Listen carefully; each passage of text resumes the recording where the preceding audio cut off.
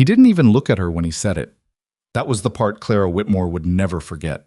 Not the words themselves, not the cold air of the depot office, not the sound of the clerk's pen scratching across paper as if her entire future was nothing more than a clerical error to be corrected. What she would remember for the rest of her life was that Harlan Briggs never once lifted his eyes from his ledger when he told her the position had been filled, the family had moved on, and she had no claim to anything in Dusty Creek. Not a room, not a wage, not a single hour of anyone's time. "You should have arrived when you were told," he said, turning a page. Clara stood in the doorway with her cracked suitcase and 3 weeks of train grime on her coat, and she thought, "I did. I arrived exactly when I was told." But Harlan Briggs had already moved on to other business. If you've ever stood in a place where you realized no one was coming for you, not today, not tomorrow, not ever, then you already know what Clara felt standing on that platform. And if you haven't, consider yourself lucky, because that kind of alone has a weight to it that doesn't lift for a long, long time. Before we go further, if this is the kind of story that reaches something in you, please take a moment right now to subscribe to this channel and hit that like button. Every week we bring you stories like this one, stories about ordinary people who find themselves in impossible situations and discover what they're made of when everything else falls away. And drop a comment telling us what city or country you're watching from. It genuinely matters to us to see how far these stories travel. Now let's go back to Dusty Creek and to a woman who was about to find out that the worst night of her life was also the night that changed everything. Clara Whitmore was 34 years old, and she had spent the better part of the last 2 years making herself smaller. Not in the way people talk about when they mean being humble or modest. Smaller in the way a person gets when they've been told, often enough, and by enough people who seem certain about it, that they take up too much space, too many opinions, too much pushback, too much of herself in situations where being less would have made things easier for everyone around her. She had learned, or she thought she had. The letters from the Calloway family had started arriving in March, forwarded to her through a church notice board in Harrisburg, where she'd been living in a boarding house run by a widow who charged too much and asked too many questions. The Calloways needed a household manager for their new property outside Dusty Creek, a town she'd never heard of but looked up in a postal directory. Mountain territory, expanding rail line, rough winters, good soil. They offered room, board, a small wage, and the kind of distance from her old life that felt, at the time, like exactly what she needed. She had written back carefully. 3 drafts before she sent the 4th. The reply came within 2 weeks. Yes, they wanted her. Yes, the position was hers. "Come by the 1st of October, they said, and ask for the station agent at Dusty Creek. He'll know where to direct you." She'd sold most of what she owned to cover the train fare. The rest fit in the cracked suitcase she'd inherited from her mother, who had died the previous winter and left her with very little except that suitcase, a box of letters, and the unspoken understanding that a woman who had no one left had better learn quickly how to be her own company. Clara had taken that lesson seriously. She was not, by her own accounting, a woman who fell apart easily. She had held jobs in 3 different cities. She had managed difficult people in difficult circumstances and difficult winters with very little help and very few complaints. She was not naive. She was not without backbone, but she had been counting on this. She hadn't let herself know how much until the moment Harlan Briggs turned that page in his ledger, and she understood, with a clarity that came up through her stomach like cold water, that it was gone. The Calloway family, she learned from Briggs in those same flat administrative tones, had departed Dusty Creek in early September. Some dispute over a land title. The husband had taken ill. The property had been tied up in a legal proceeding, and the family had returned east without leaving a forwarding address or, apparently, any notice to the woman they'd hired. "Surely they left a letter," Clara said. "Nothing here by that name." "There must be some mistake. I have their correspondence." "Ma'am." Briggs finally looked up. Not with unkindness exactly, but with the particular exhaustion of a man who had seen enough frontier disappointment to have stopped being surprised by any of it. "There is no mistake. The Calloways are gone. Whatever arrangement you had with them is between you and them. This office can't help you." She stood there another moment longer than was comfortable for either of them. Then she picked up her suitcase and walked back out onto the platform. The station at Dusty Creek was not much. A narrow covered platform, a water tower, 2 benches worn smooth by years of travelers who all had somewhere to be. The last eastbound train had pulled away 40 minutes before she arrived on the westbound, and the next one didn't run until Thursday. It was Monday evening.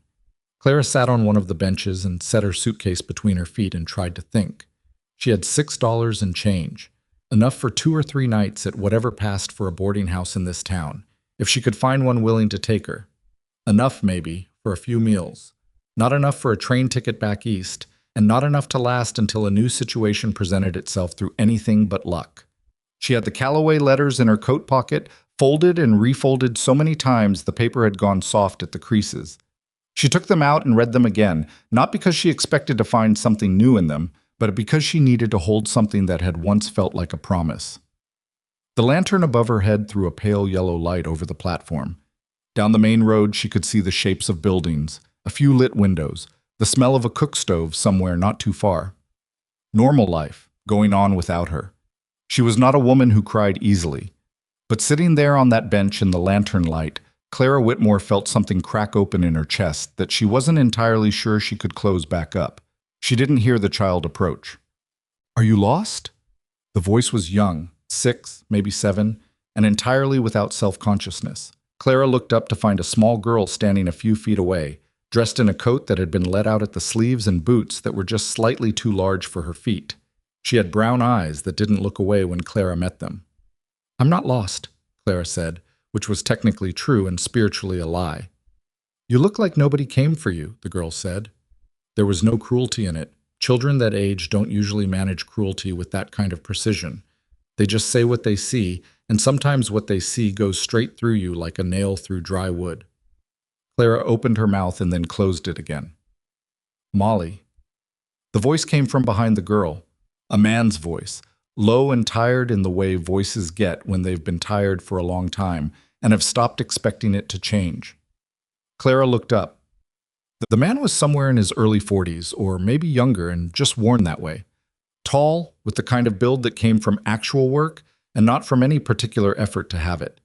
He had a hat in his hand and a look on his face that Clara had seen before on people who had learned to keep their feelings somewhere they couldn't easily be found. "I told you to stay by the wagon," he said to the girl. Not harshly, just the way someone says a thing they've already said more than once. "She's crying," Molly said, as though this was a sufficient explanation. "I wasn't crying," Clara said, and was surprised to find that she meant it. The crack in her chest was still there, but her eyes were dry. She hadn't even noticed.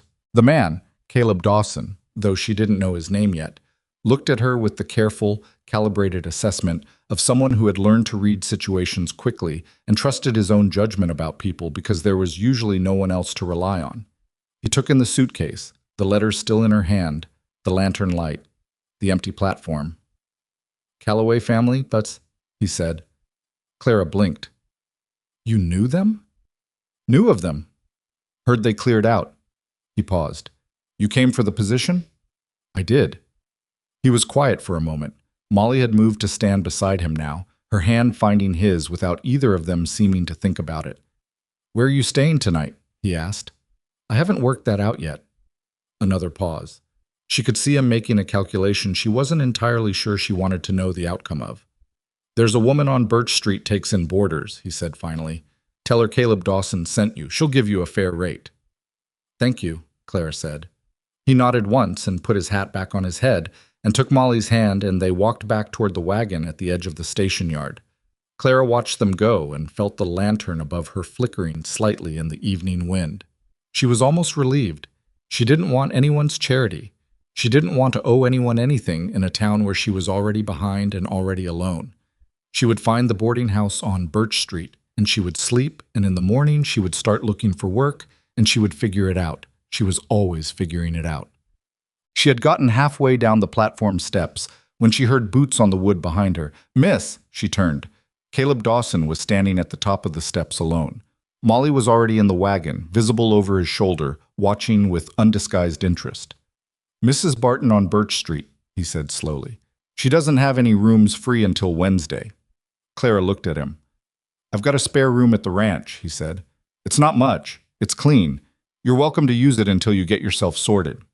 He said it the way men on the frontier said things they weren't entirely comfortable saying, flat and direct, without any of the social softening that might have made it easier to hear. Molly's there. My ranch hand Duncan's got a room in the barn house. It's proper, he finished, in a way that told her he'd thought about how this would sound and hadn't found a better way to say it. Clara stood very still. She had learned, the hard way, that kindness from strangers came in different kinds.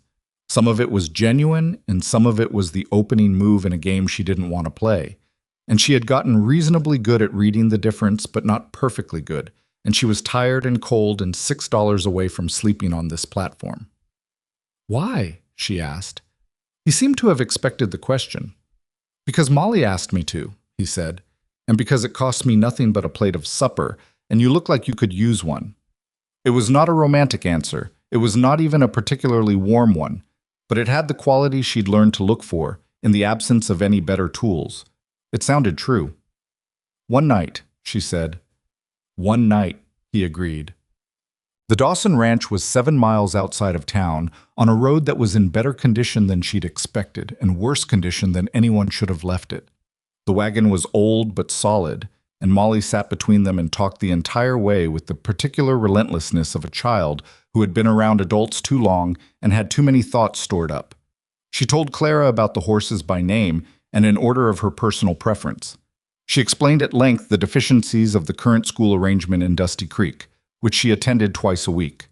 She asked Clara 3 questions about where she was from, interrupted the answers to add related information of her own, and then asked a 4th question that had nothing to do with any of the previous 3. "What happened to your mama?" she said. "Molly," Caleb said, in a tone that suggested this was a boundary she'd crossed before. "It's all right," Clara said. "She passed last winter." Molly considered this with the serious, unsentimental gravity of a child who had already dealt with death and understood it to be a thing that happened. "Mine too," she said. 3 years ago. Papa doesn't like to talk about it." "That's enough," Caleb said, but quietly.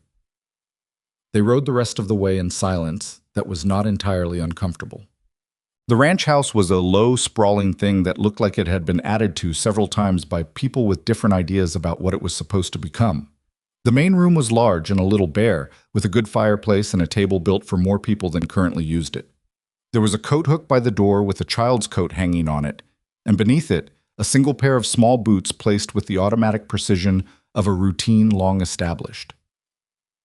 A man came out of the barn as they pulled up. Duncan, who was older than Clara had expected, somewhere in his 60s, with a face like weathered fence post and a way of moving that suggested his knees had been through things knees were not designed for. He nodded at Clara with the polite indifference of a man who had seen plenty of things come and go and had opinions about none of them. Caleb showed her the spare room without ceremony. It was small, with a window that faced east and a quilt on the bed that had clearly been made by someone who knew what they were doing and had taken pride in it, the kind of quilt someone had put hours into. Clara ran her hand over it briefly and wondered who had made it and where she was now. "There's water in the pitcher," Caleb said from the doorway. "Supper in about an hour." "Thank you," Clara said. "Mr. Dawson, I want you to understand I'm not looking for—" "I know what you're not looking for," he said, not unkindly. "Get some rest before you eat. You look done in." He left. She sat on the edge of the bed and listened to the sounds of the house settling around her. Molly's voice somewhere down the hall, the clank of something in the kitchen, the wind finding the corners of the windows, the way wind always does in buildings that have been through several winters. Clara Whitmore took a breath that was steadier than any breath she'd taken since the train doors opened. She was not home. She was not safe. She was not sorted. But she was warm, and the bed under her was real, and the quilt had been made with care by someone who was no longer here. And for reasons she couldn't entirely explain, that felt like something to hold on to. She unpacked nothing. She kept the letters in her coat pocket. She sat there with her hands in her lap and her suitcase at her feet, and she thought, one night, she had survived worse than one night. What she didn't know yet, what none of them knew yet, was that one night was going to be the beginning of everything that would come after, and that some of what came after was going to test every last thing she believed herself capable of. But she would deal with that in the morning. For now, there was supper, and a quilt made by careful hands, and the sound of a child's voice carrying down a hallway in a house that had been too quiet for too long. Clara closed her eyes and let the warmth of it settle over her, and did not let herself want it too much. She had learned, the hard way, that wanting things too much had a cost she couldn't always afford. Supper was beans and cornbread and a slice of cured pork that had been in the smokehouse probably since August. Honest food, not particularly fancy, and more than enough of it. Molly ate with the focus of someone who took meals seriously. Caleb ate with the efficiency of someone who viewed meals as a practical necessity and nothing more. Clara ate with the particular care of someone who hadn't had a real meal since the day before yesterday and didn't want to appear as hungry as she was. Nobody made a production of anything. That was, Clara thought, one of the more decent things about the evening. After supper, Molly produced a piece of paper and a stub of pencil and informed Clara that she was going to draw her portrait, which she then did with great concentration and no particular accuracy. The result made Clara look like she had a square head and approximately 5 fingers on each hand, but Molly regarded it with the satisfaction of someone who had achieved what they set out to achieve and pushed it across the table. "That's you," she said. "I can see that," Clara said. "You can keep it." Clara looked at the drawing for a moment. Then she folded it carefully and put it in her coat pocket, next to the Callaway letters. The letters that had brought her all the way out here for nothing. She was aware of Caleb watching her do it. She didn't look at him. "Time for bed," he said to Molly. Molly negotiated unsuccessfully for 15 more minutes, then accepted the verdict and said goodnight to Clara with a formality that was clearly borrowed from an adult she admired. The house got quiet. Caleb poured 2 cups of coffee without asking if she wanted one and set one in front of her and sat back down across the table. "The Callaways," he said. "You know why they left?" "The station agent said something about a land title dispute." Caleb turned his cup in his hands. "There's been a few of those lately. A man named Briggs, not the station agent, different man, runs the land office. He's been involved in most of them." Clara went still. "Harlan Briggs?" she said. Caleb looked at her. "You know him?" She opened her mouth to say no, and then stopped, because the name on the letters, the name that had forwarded the Callaway correspondence through the church notice board in Harrisburg, the name that had appeared in the small, neat handwriting in the bottom corner of the very first letter, as the point of contact for the arrangement. H. Briggs. Land Office, Dusty Creek. She reached into her pocket and unfolded the letters and laid them flat on the table. Caleb leaned forward. The silence in the room changed character entirely. "He arranged it," Clara said slowly, hearing herself work it out as she spoke. "He arranged the whole thing, the contact, the letters. It came through him. I thought it was just administrative. I thought he was just the middleman," Caleb said. "Yes." Caleb sat back. His expression had not changed dramatically, but something in it had sharpened in a way that Clara noticed. "Miss Whitmore," he said, "I think you may want to stay more than one night."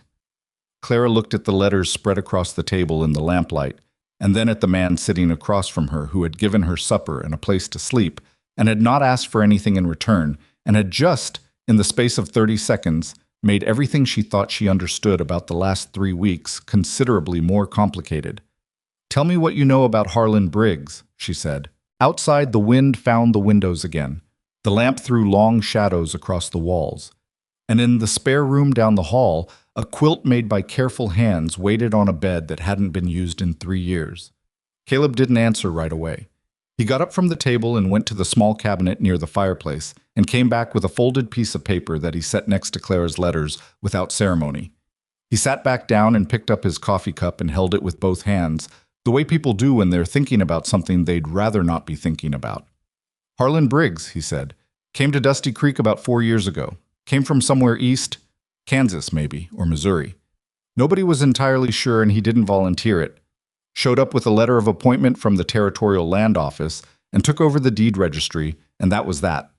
Clara looked at the folded paper he'd put on the table. "What's that?" "Notice I got 6 weeks ago. Says there's a question about the eastern boundary line of my property. Says I may owe back fees on a parcel I've been grazing on for 8 years. He paused. "Parcel that my wife's family homesteaded before I ever arrived in this territory." "And Briggs sent it?" "Briggs signed it." He set his cup down. "He didn't send it himself. He never does anything himself. It came through a man named Voss. Gerald Voss runs the largest cattle operation in this part of the territory." The notice came from the land office, but the pressure behind it came from Voss. Clara unfolded one of her letters and smoothed it flat on the table. She turned it so Caleb could read the bottom corner. The initials, HB, and below that the address of the Dusty Creek land office. This letter told me the Calloway family was looking for a household manager, she said. It told me the arrangement had been verified and the position was secured. It told me to come by the 1st of October. She tapped the paper. It came through Briggs. The Calloways, Caleb said slowly, were trying to file a competing land claim against Voss.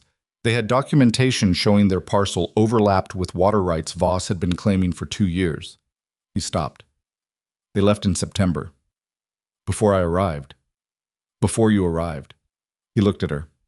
You were supposed to show up at a station with no job and no money and no place to go. The fire in the hearth cracked and settled. Clara sat very still with that landing in her chest like a stone dropped into cold water. The spreading weight of it, the way it changed the shape of everything she thought she understood about the last 3 weeks. Why? She said. Not because she couldn't think of reasons, but because she needed to hear if he had the same one she was arriving at. I don't know yet, Caleb said honestly. But a woman alone with no connections and no resources, showing up in a town where Briggs controls the land records. There's something in those letters he wanted back, or something in your arrival he planned to use, or both. He shook his head once. I'm not certain, but I don't think you landing on that platform tonight was an accident. Clara looked at the letters, all 4 of them, spread across a stranger's kitchen table in a house she'd been in for less than 3 hours, in a town she'd never heard of 6 months ago. I almost didn't come, she said. What stopped you? She almost said, I'd already sold everything to buy the ticket, which was true, but it wasn't the whole truth. The whole truth was that she'd had nowhere else to go either, and sometimes the only direction left is forward, even when forward looks like nothing you recognize. I ran out of other options, she said. Caleb nodded like that was the most reasonable answer she could have given, which told her something about the kind of man he was. She started to gather the letters together. I should let you sleep. You should, he agreed. But leave those with me tonight. I want to look at them again in the morning. Clara paused with the letters half in her hand. She had been carrying them for 3 weeks. They were the only evidence she had that any of this had been real, that she hadn't simply lost her mind and traveled 2,000 miles on the strength of her own wishful thinking. She put them on the table.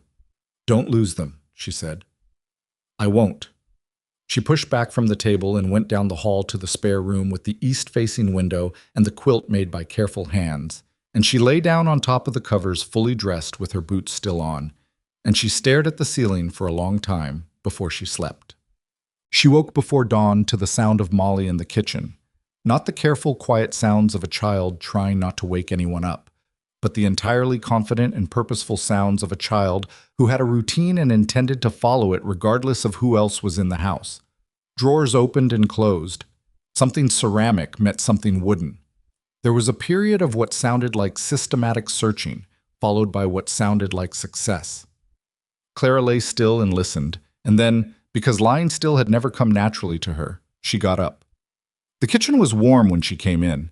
Molly had the stove going and a pot of something on the heat and was standing on a step stool with the focused expression of someone performing a procedure they had performed many times before. Papa sleeps until 6, Molly said without turning around. Duncan's already in the barn. You can sit down. Clara sat. How long have you been doing this? Doing what? Making breakfast. Molly considered the question with genuine thought. Since Mama died, I do it on Tuesdays and Thursdays. Papa does the other days. Duncan does it when Papa goes to town overnight, but he makes it wrong. Wrong how? He puts salt in the oats. Molly delivered this judgment with deep, abiding disgust. Nobody wants salt in their oats. Some people do, Clara said. Molly looked at her with the polite skepticism of someone who had heard stranger claims and chosen not to pursue them. Do you? I might. Well, Molly said, returning to the stove, there's no salt in these. Clara sat at the table in the early morning quiet and watched this small person manage a stove that was almost as tall as she was, and felt something in her chest that was not quite sadness and not quite tenderness, but occupied the same general neighborhood as both of them. She thought about what Caleb had said the night before. You were supposed to show up at a station with no job and no money and no place to go. She had been doing that anyway for most of her adult life, showing up places with not quite enough of everything and making it work through sheer persistence and a willingness to take on whatever needed doing. She had learned to be useful. She had learned that usefulness was a kind of currency that worked in places where other kinds didn't. But being useful by accident was different from being useful because someone had engineered the situation to make her vulnerable. She wanted to know which of those things was true. And she wanted to know what Harlan Briggs had expected to find in those letters, or expected her to carry into Dusty Creek without knowing she was carrying it.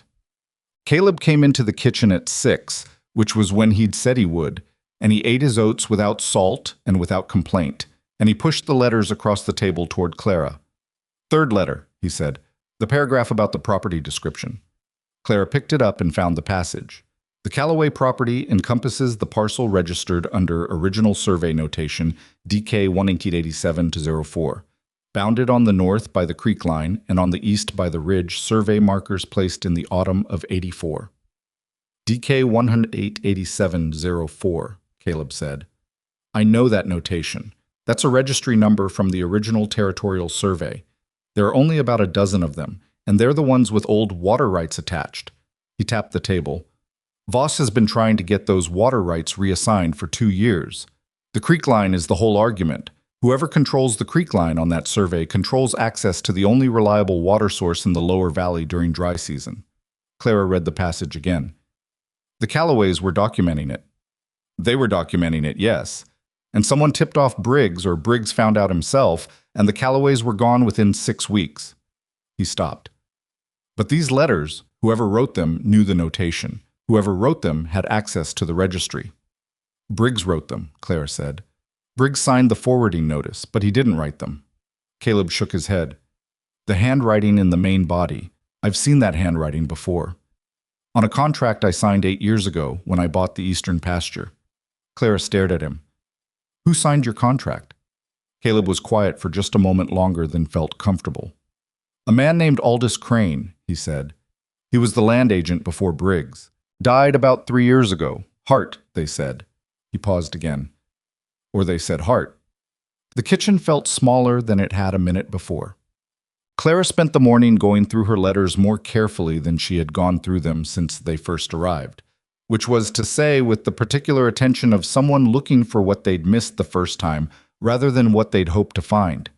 She found 3 things she hadn't noticed before. The first was a faint impression on the back of the second letter. Not words, but what looked like a number, pressed through from something that had been written on a page placed on top of it.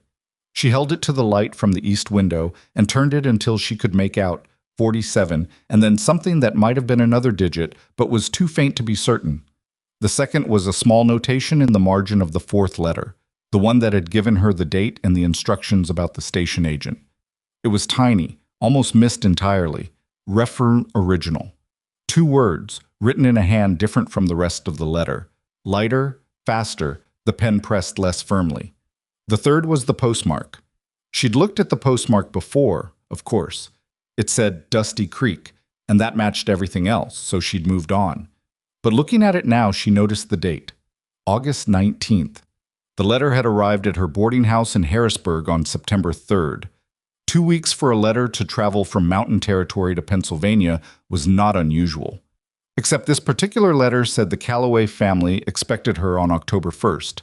And if Caleb was right that the Callaways had already been gone by early September, they had left before this letter was even sent. Clara set the letter down on the bed very carefully and sat with that for a full minute. Someone had sent her this letter after the Callaways were gone. Someone had known the Callaways would be gone. Someone had sent her here anyway. She went back out to find Caleb. She found him in the yard talking to Duncan, who was holding a length of fence rail and listening with the resigned patience of a man who had been listening to other people's problems for 6 decades and had made a kind of peace with it. Caleb broke off when he saw her face. "What?" he said. She showed him the postmark. She showed him the date. She told him what she'd worked out. Duncan set the fence rail down. Caleb took the letter and held it in both hands and looked at the postmark for a long moment without saying anything. "Someone sent this after they left," he said. "Yes." "Someone who wanted you here." "Yes." In a town where you knew nobody, with no job and no money and documents that reference a contested land survey. Yes, Clara said. That's what I've got. Duncan cleared his throat. They both looked at him. He had the look of a man choosing between two things he wanted to say and picking the more careful one. There was a woman, he said, who came through about 2 weeks before you did, asking about DK 1T8704 at the registry office. Briggs turned her away, but she came back twice. He paused. Voss's men were watching the office that week.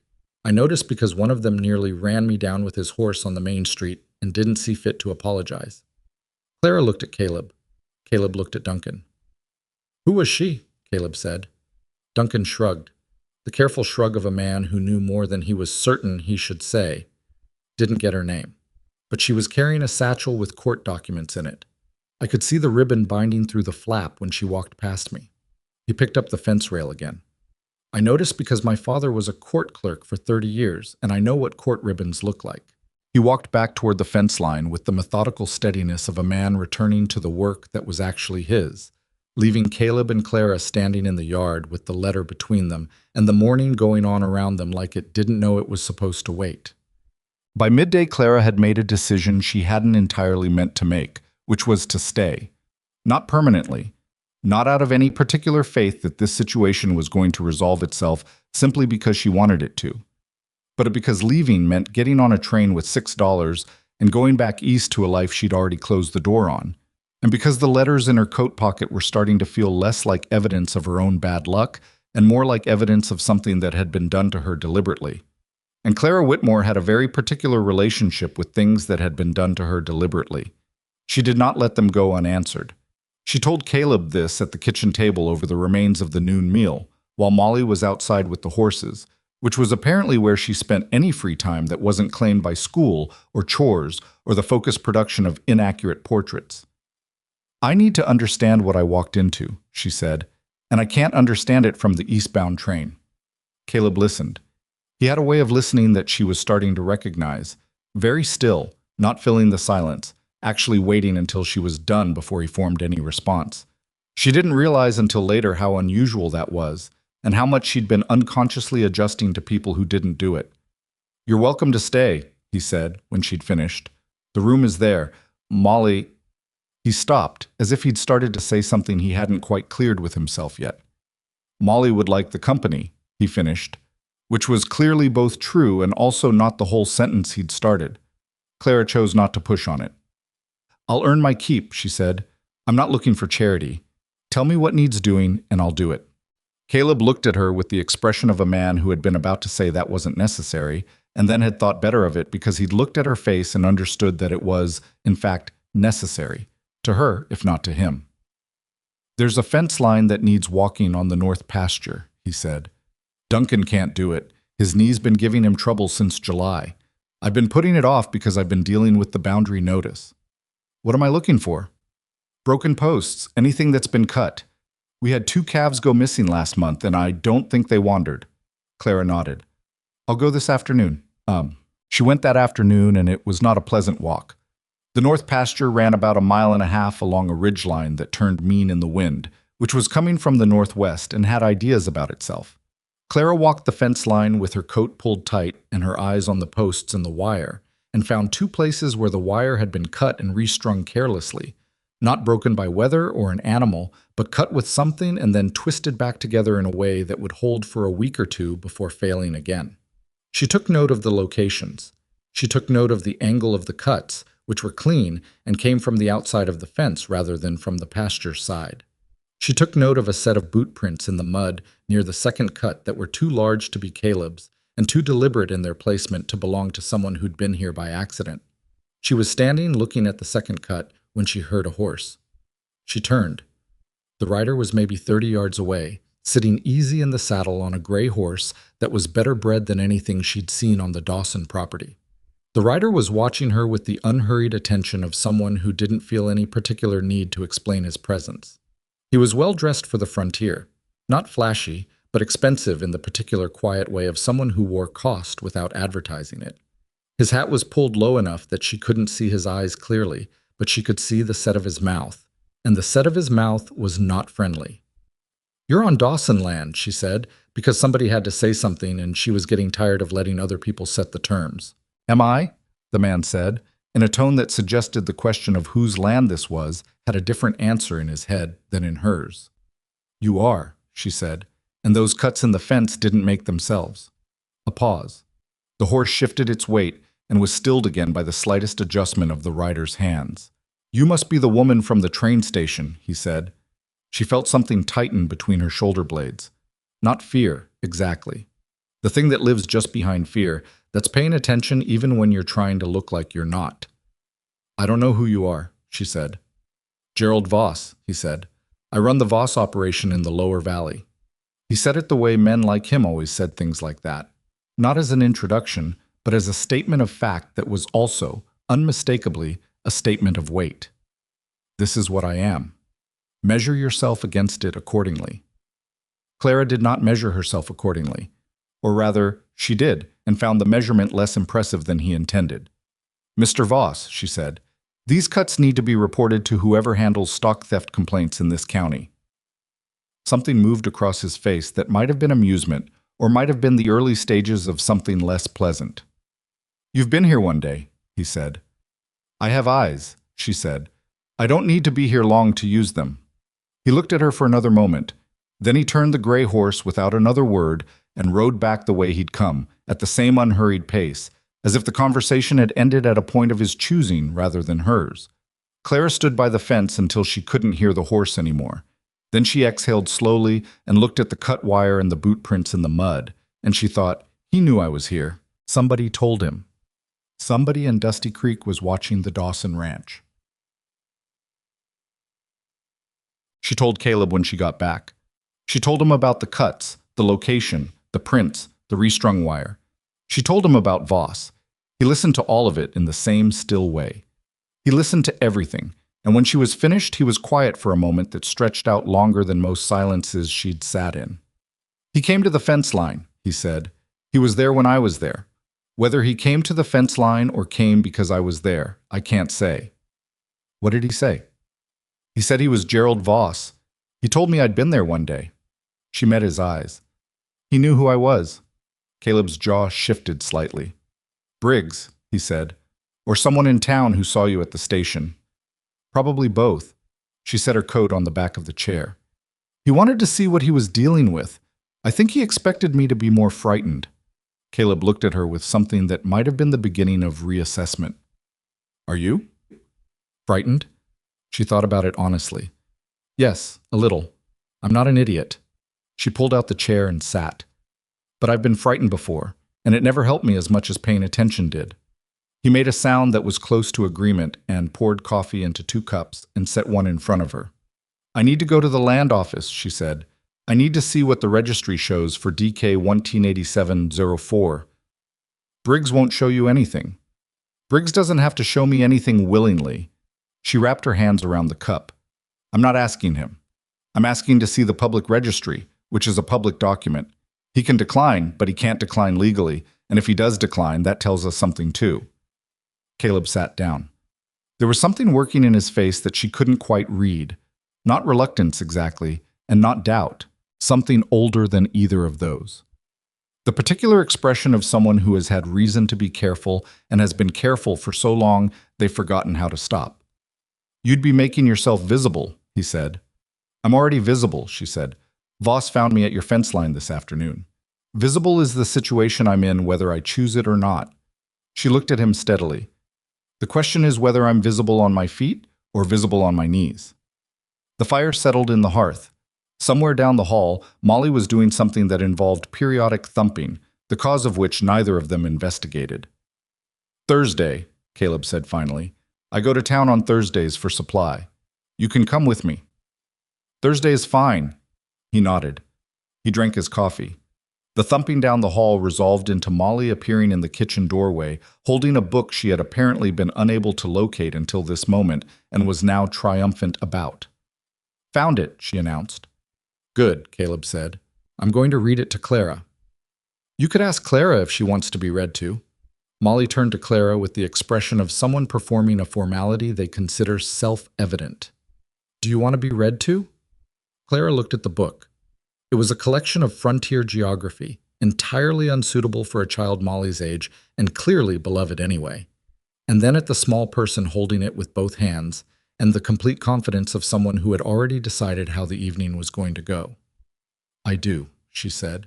Molly came and sat in the chair beside her and opened the book to a page that had been bent at the corner many times, and began to read in the careful, serious voice of a child who had learned to read well and took it seriously, and Clara sat with her coffee and listened, and the house was warm, and outside the wind was still coming from the northwest. She thought about Voss on his gray horse, looking at her the way men who own things look at things they haven't yet decided what to do with.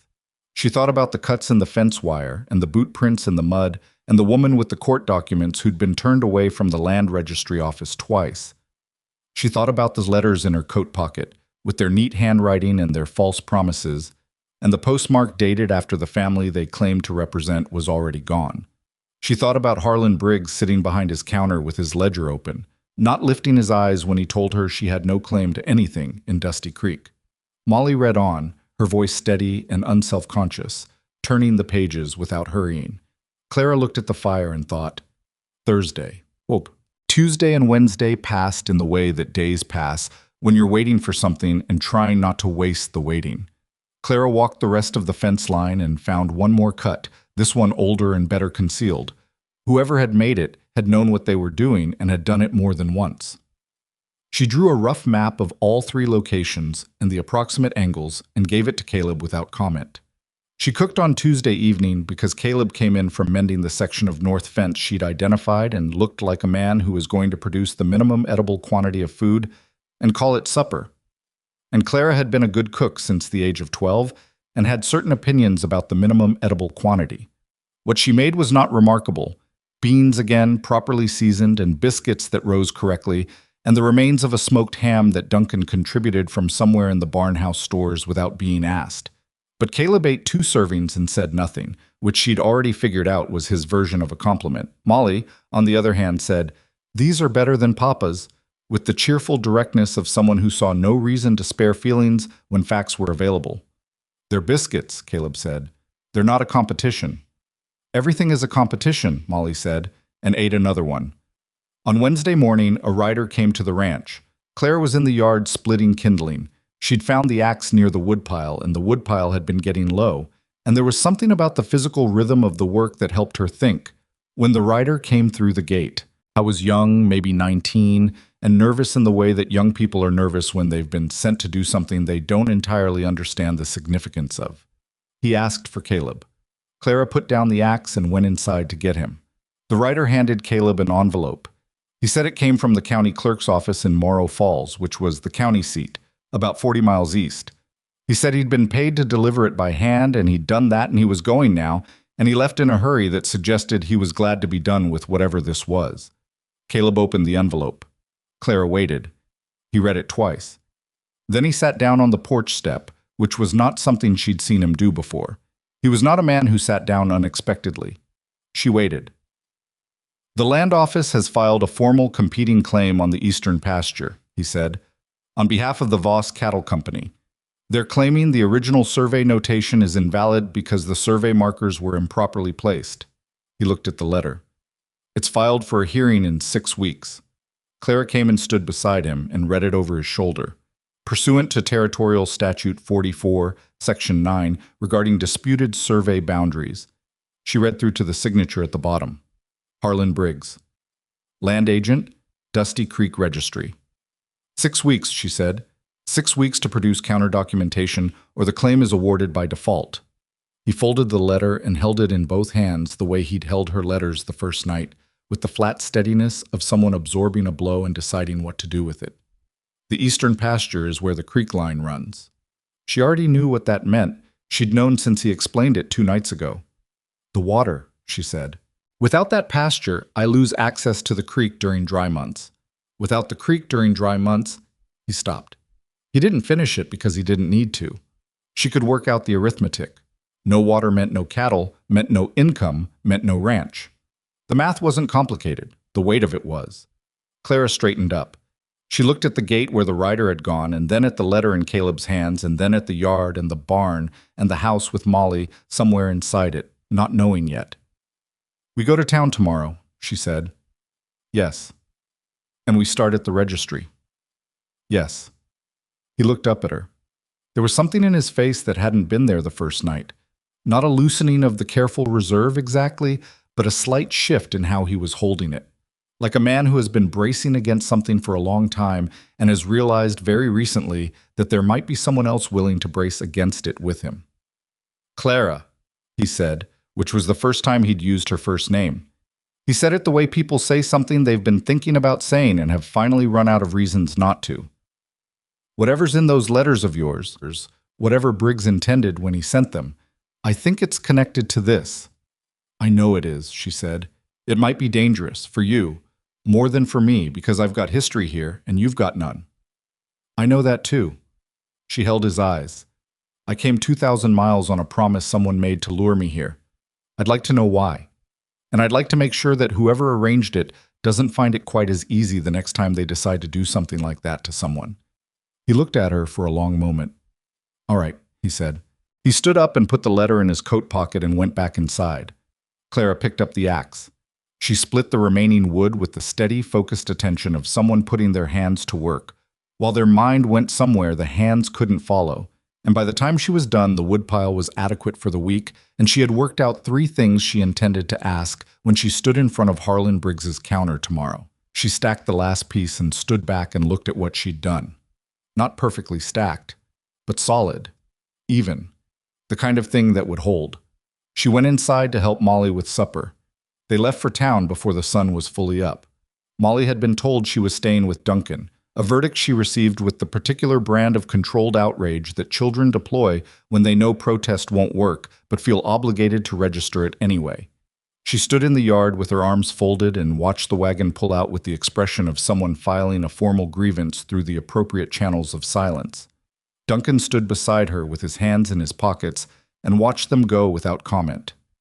He had the quality, Clara had noticed over the past 2 days, of a man who had seen enough of the world to have stopped being surprised by any particular arrangement of it. The road to Dusty Creek was 40 minutes in good conditions. The conditions that morning were not good.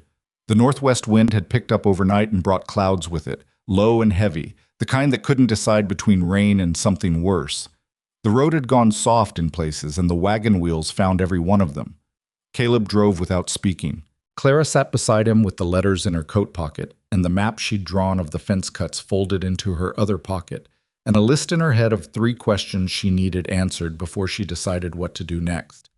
"Tell me what you know about the woman with the court documents," she said, when the silence had run its course.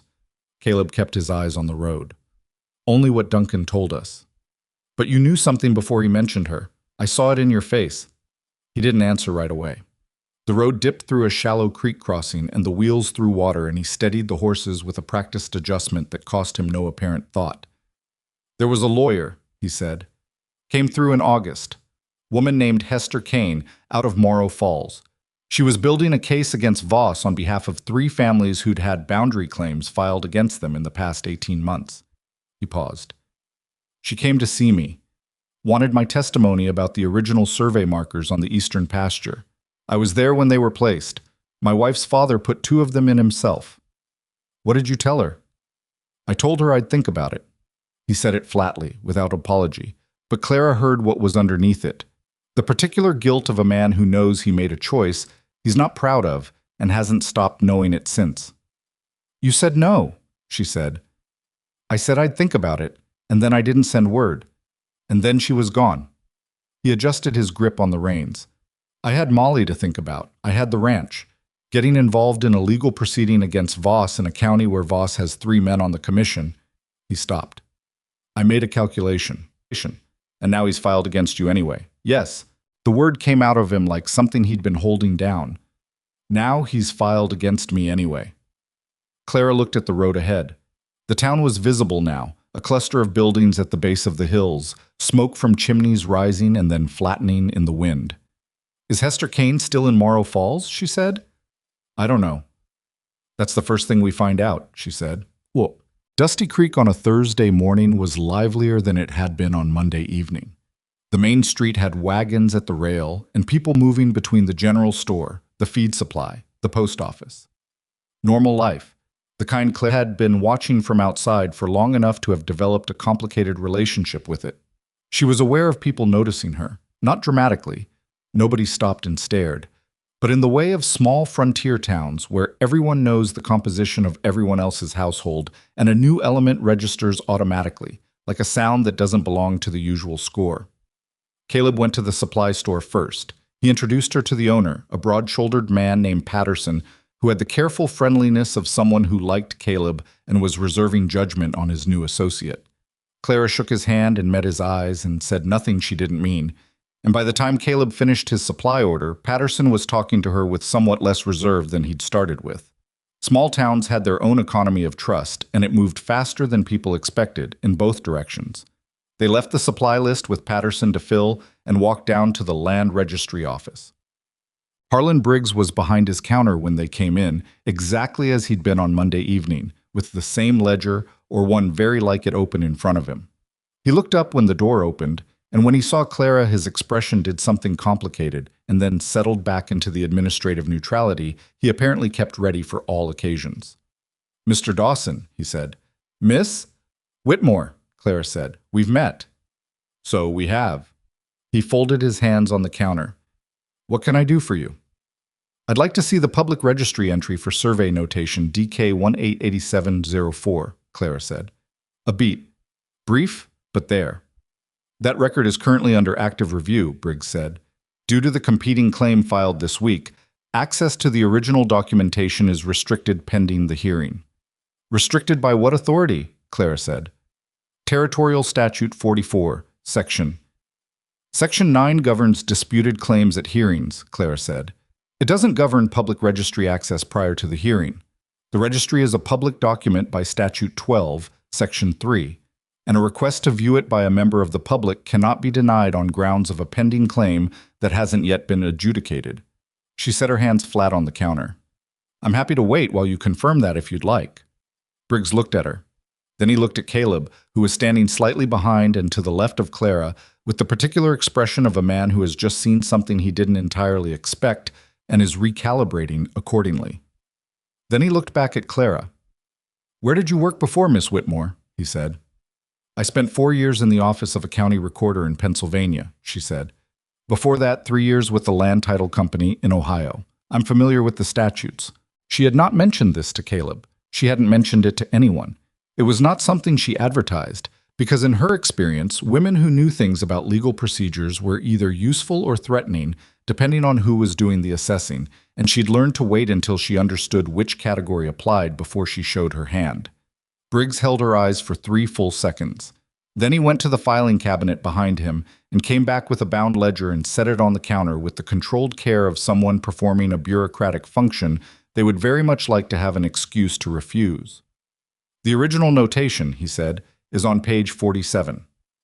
Clara opened the ledger to page 47. Baches. The entry for DK 188704 was 2 pages long, dense with the particular handwriting of an official who had been trained for legibility and had somewhere along the way stopped caring about it. Clara read it carefully, moving her finger down the page without touching the ink. She found what she was looking for on the second page, in a notation dated 3 years ago. Amendment 7, filed August 22. Correction to Eastern Boundary Description per Survey Revision. See attached affidavit. A. Crane, land agent, Aldous Crane. The man Caleb had mentioned. Dead 3 years. Heart, they said. Below the amendment, in a different hand, Briggs's hand, she was fairly certain from the way the letters formed, was a single additional line. Original survey marker record transferred to County Archive, Morrow Falls, September 4, 3 years ago. And the amendment was dated August 22, which meant the original marker record had been transferred 12 days after the amendment was filed, which meant whoever filed the amendment had known the original markers would contradict it and had moved the documentation before anyone could compare the two. Clara did not let anything show on her face. She straightened up and pushed the ledger back across the counter toward Briggs. "Thank you," she said. "Is there anything else?" Briggs said, in a tone that expressed the hope there was not. "Not today," Clara said. She turned and walked to the door with the steady pace of someone who is not in a hurry, because hurrying would tell you something she doesn't want you to know. Caleb followed. Outside on the boardwalk, she kept walking until they were past two storefronts before she stopped. The original marker record is in Morrow Falls, she said quietly. County Archive. Crane moved it there 12 days after he filed an amendment that contradicts it. Caleb absorbed this. Crane was working with Voss. Or with whoever was working with Voss at that point. She turned to face him. Which means the counter-documentation you need to fight this claim exists. It's 40 miles east and it's in a public archive, which means it can be retrieved. She paused. But whoever filed that amendment knew it would be needed eventually. The question is whether they made sure the archive copy would be accessible. You mean whether they got to that too? I mean, we need someone who knows that archive, she said. Someone with standing to retrieve the record on your behalf. They looked at each other. Hester Kane, Caleb said. Hester Kane, Clara said. Bon. They found out where to reach her from Patterson at the supply store, who knew Hester Kane by reputation and had the reputation of a woman who did not give up cases easily and charged what she was worth, and was worth considerably more than most people expected when they first saw her walk into a room. Patterson wrote down her office address in Morrow Falls on the back of a receipt and handed it to Clara, and looked at Caleb with the frank assessment of a man who has watched his neighbors make bad decisions and quiet decisions, and occasionally good decisions, and has opinions about which category this fell into. You should have talked to her in August, Patterson said to Caleb. Not harshly, just the way someone says a thing they've been thinking since August. I know, Caleb said. Voss has 3 more properties in his sights, the Hendersons and the 2 Homestead families up the East Draw. Patterson set his elbows on the counter. Man's been at this for 2 years and nobody's managed to get enough of it in front of a judge because he goes after them one at a time and each one figures they're alone in it. They're not alone in it, Clara said. Patterson looked at her. No, he said, after a moment. Appears they're not. They went to the post office next, and Clara sent a letter to Hester Kane in Morrow Falls. She wrote it standing at the counter with Patterson's receipt on one side and her own careful phrasing on the other, and she said exactly what needed to be said. The notation, the amendment, the transferred record, the hearing date. And she said it in the language of someone who knew what the words meant, which she intended Hester Kane to notice. She paid the postage with her own money, the last of the $6. Caleb saw her count it out and said nothing in the moment. Outside, he said, I'll cover that. You won't, she said. He looked at her. I spent 2,000 miles on someone else's money getting here, she said. The postage on one letter is mine. He let it go. He was getting better at knowing which things to let go, so they were walking back toward the supply store when Clara heard her name. Not her name exactly. She heard, That's the woman Briggs has been asking about. It came from somewhere to her left. 2 men talking on the steps of the feed supply, bothering to lower their voices the way people don't bother when they don't expect the subject to be within earshot. Clara kept walking. She did not look. She filed it away. When they were in the wagon with the supplies loaded and the horses pointed back toward the ranch, she told Caleb what she'd heard. He was quiet for a moment. Briggs has been asking about you. Before I arrived, apparently, someone in town already knew my name. Another silence, longer.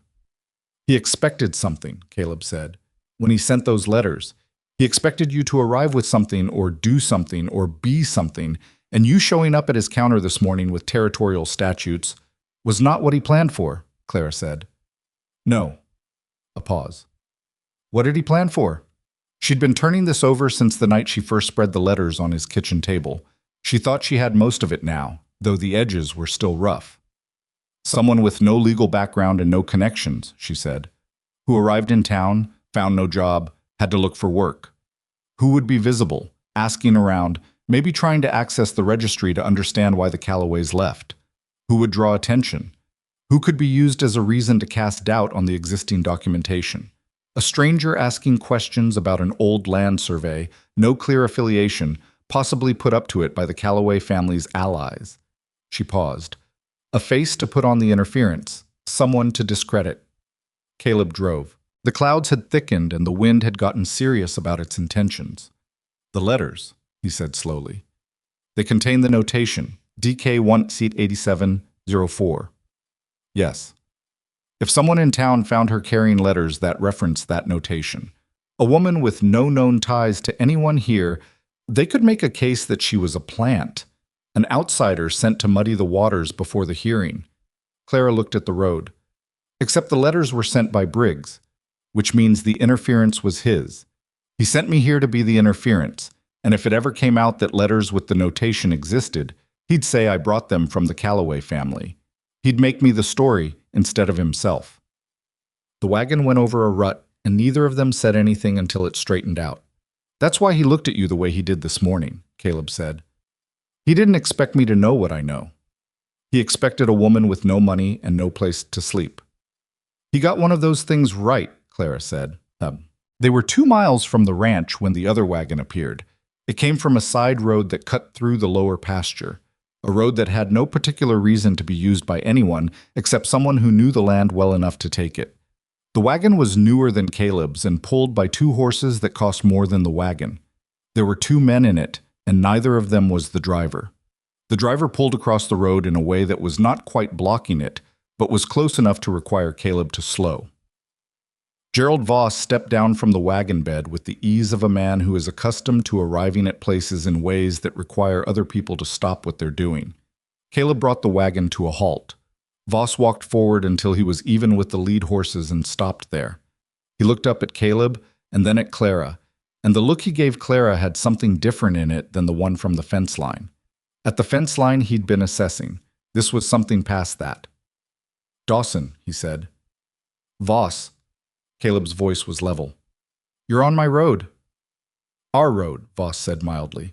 This stretch runs on the disputed boundary, which makes it something of an open question at the moment.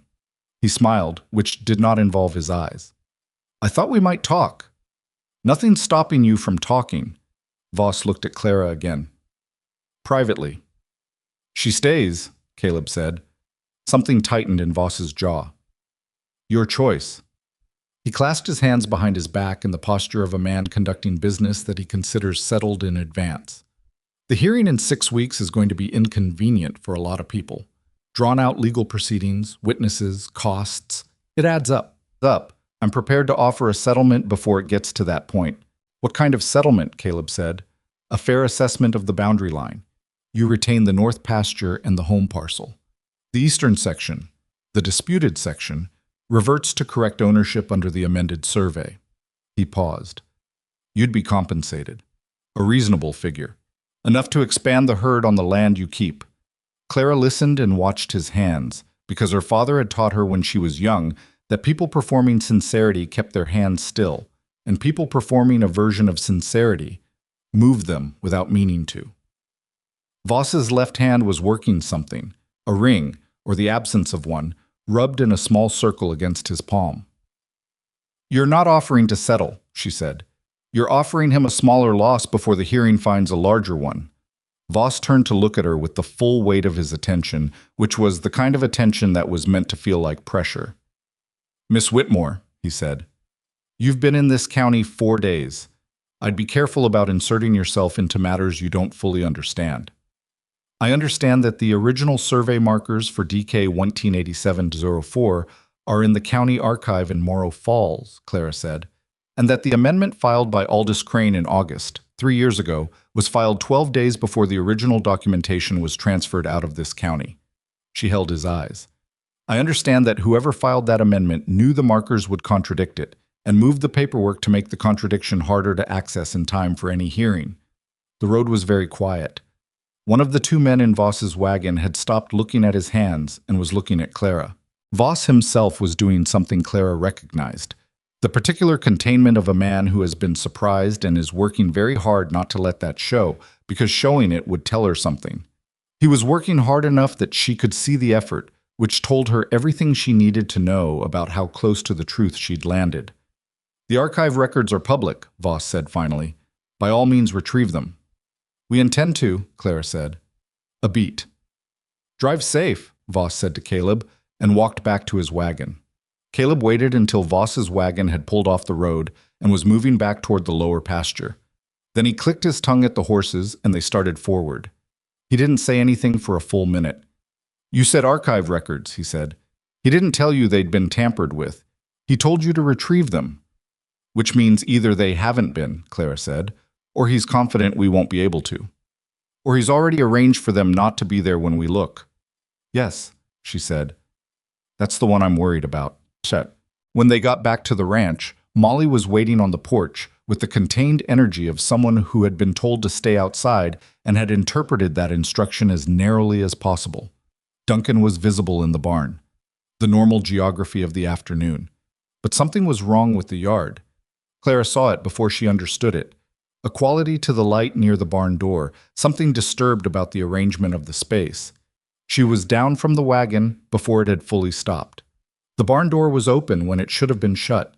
She crossed the yard fast, and behind her she heard Caleb's feet hit the ground too. Inside the barn, 2 of the stalls were empty. Not damaged, not forced, just empty. The horses were gone. Duncan came through the back door of the barn at the same moment, breathing harder than usual for a man his age, with a look on his face that Clara had not seen there before. "When?" Caleb said. "Last hour," Duncan said. "I went to the house to get my coat. 20 minutes, maybe. When I came back..." He stopped. "I didn't hear anything. They didn't make noise. Whoever it was knew horses." Caleb walked the length of the barn and back with the tight, controlled movement of a man keeping himself inside something very deliberately. "The 2 grays," Duncan said. "The roan's still in the back pasture. It was just the 2 from the barn. 2 of his 4 working horses. Not all 4. Not a clean wipeout. 2, which was a message. You can still work, just barely. You can still function, just worse." Clara stood in the center of the barn and thought about Voss on the road 2 miles from the ranch, clasping his hands behind his back, offering a settlement with the serene confidence of someone who already knew what was happening on this property at that exact moment. "He knew we'd be gone until midday," she said. Caleb stopped walking. "He came to the road to delay us," she said. "The settlement offer. It wasn't the point. We were supposed to be on the road long enough for someone to come here." She looked at Caleb. "He didn't expect us to say no in 5 minutes." Caleb's hands went flat against a stall door. He stood that way, not moving. "We have to report it," Clara said. "To the county deputy," Caleb said, "who was appointed by the county commission. 3 of whom Voss has in his pocket," she said. "I know. We report it anyway. Every official record we can put in front of a judge before this hearing matters. Every documented incident goes in the pile." She came to stand near him, not too close, but close enough that her voice stayed low. "He's pushing you because you have something he needs to disappear. The testimony about the original survey markers, the markers your father-in-law placed." She waited. "He's pushing because he's afraid of what you know." Caleb turned and looked at her. Something had shifted in his face. Not dramatically, not the kind of thing a person would necessarily notice if they weren't paying attention. But Clara had been paying attention for 4 days, learning the geography of this particular face, and she saw it. It was the look of a man who had made a calculation in August and lived with the consequences of it since, and had just decided he was done calculating. "I need to write to Hester Kane myself," he said. "Tell her what I should have told her in August." "Yes," Clara said, "and we need to get to Morrow Falls before anyone beats us to that archive." "Yes." "That's 4 days of travel, and I've got a fence line down and 2 horses short and a ranch that can't run itself." "I know," she said. He looked at her steadily. "Would you go?" "To Morrow Falls.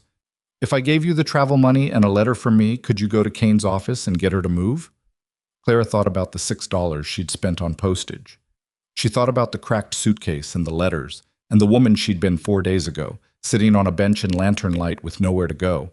She thought about Voss on the road, telling her she didn't understand the matters she was inserting herself into. "I'll go," she said.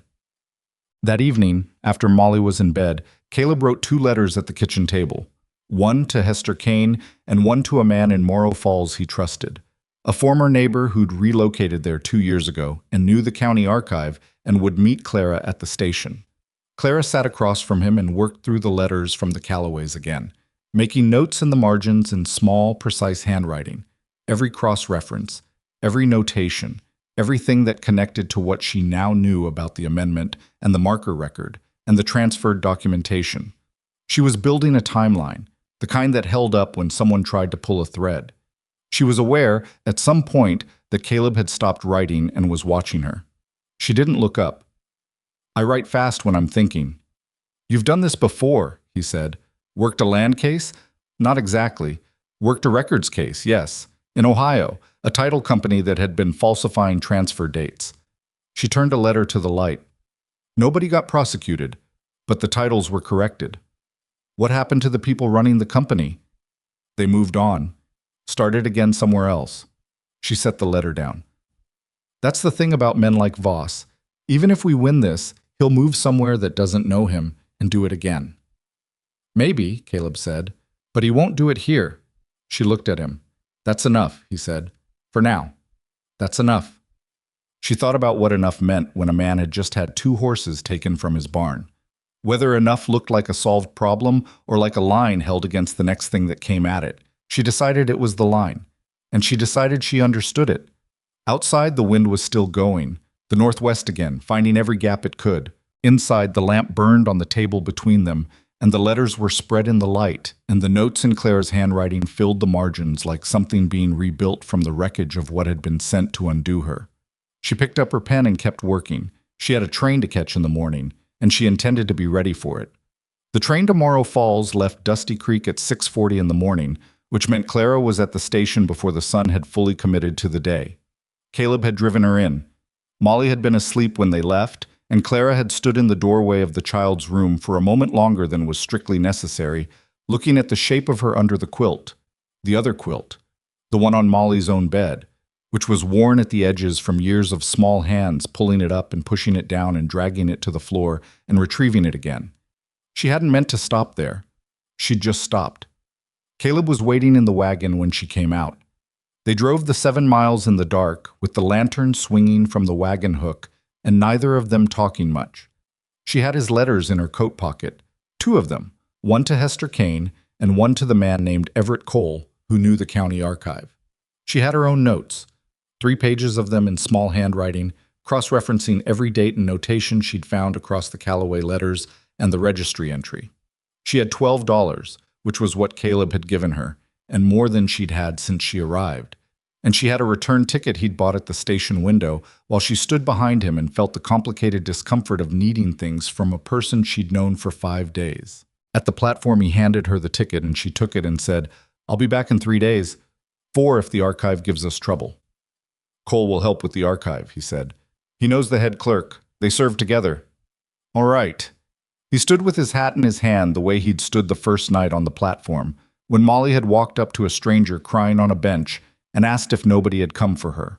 He looked like a man who had several things in the vicinity of his thoughts and was making his usual decisions about which ones were worth the air.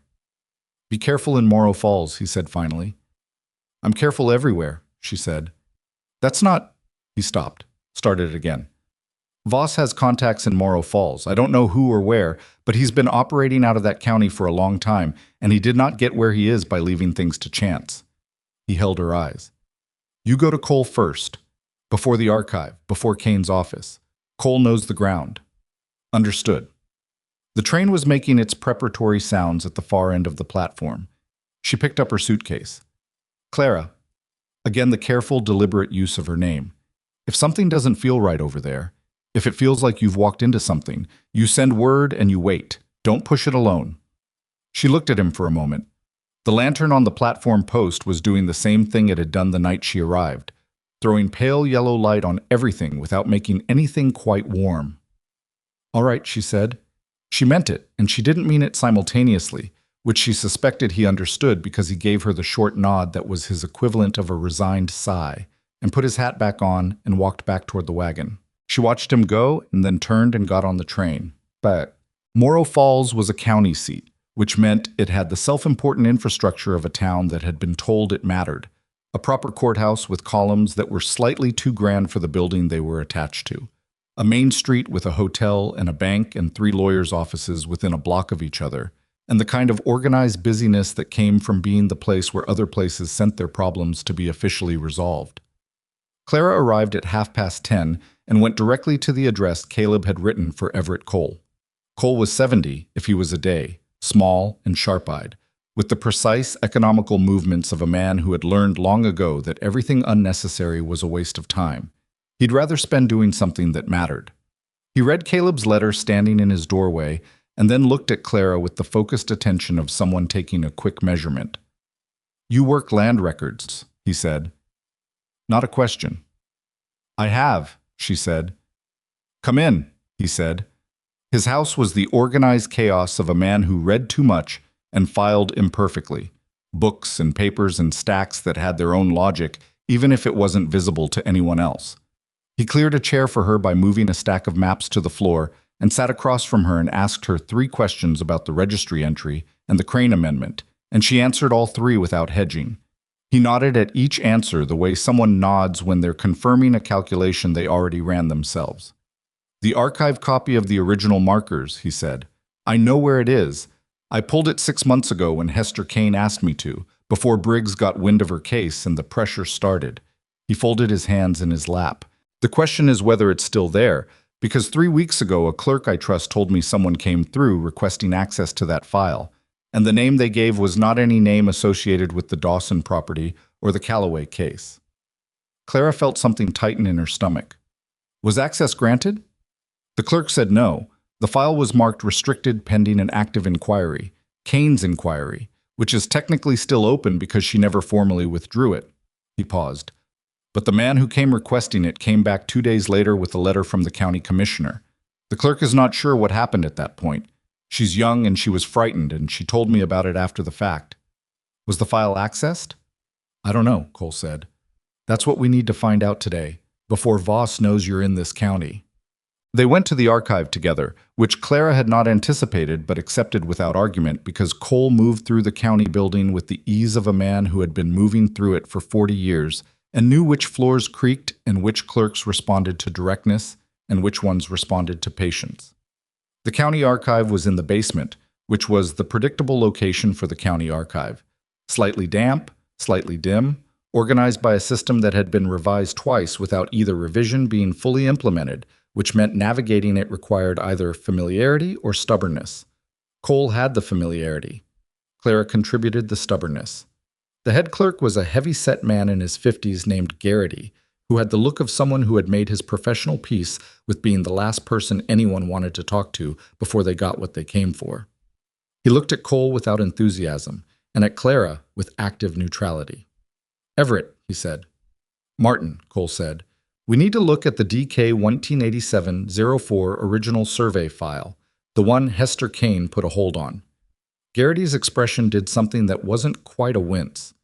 "That file's had a complicated week." "Tell me," Cole said. Garrity told them. The man who had come requesting access 3 weeks ago had returned with a commissioner's letter, as Cole already knew. The letter authorized a review of the file for purposes of the competing claim hearing. Garrity had allowed access, supervised, in the reading room, no removal of documents, to a man who identified himself as a surveyor retained by the land office.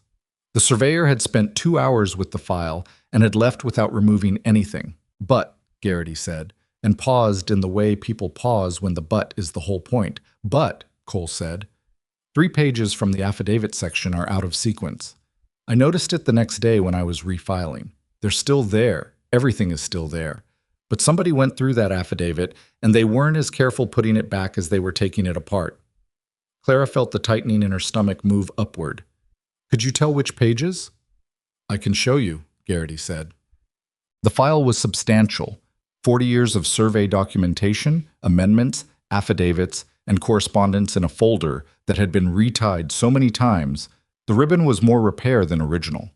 Garrity spread it on the reading room table and walked them through the affidavit section with the careful indignation of a man whose filing system had been interfered with. The 3 out-of-sequence pages were from the original survey affidavit filed in 1884. They were the pages that described the placement of the eastern boundary markers, specific locations, specific measurements, specific notation of the creek line. The pages that would directly contradict the Crane Amendment if placed side by side with it. The pages were there, undamaged, unremoved. But someone had read them very carefully, and someone had learned exactly what they said. Clara read them herself, standing at the table, with Cole beside her and Garrity watching from the door, with the expression of a man who had been a public servant for 30 years and was tired in a very specific way. The markers had been placed at 3 fixed points along the creek line. Their positions were described with enough precision that a competent surveyor could find them today, if they were still standing. The affidavit included witness signatures from 4 men, 2 of whom she recognized: Aldous Crane and Robert Whitfield, Caleb's father-in-law, the man who had placed 2 of the markers himself. She stood very still with that landing in her chest and spreading outward. "These witnesses," she said.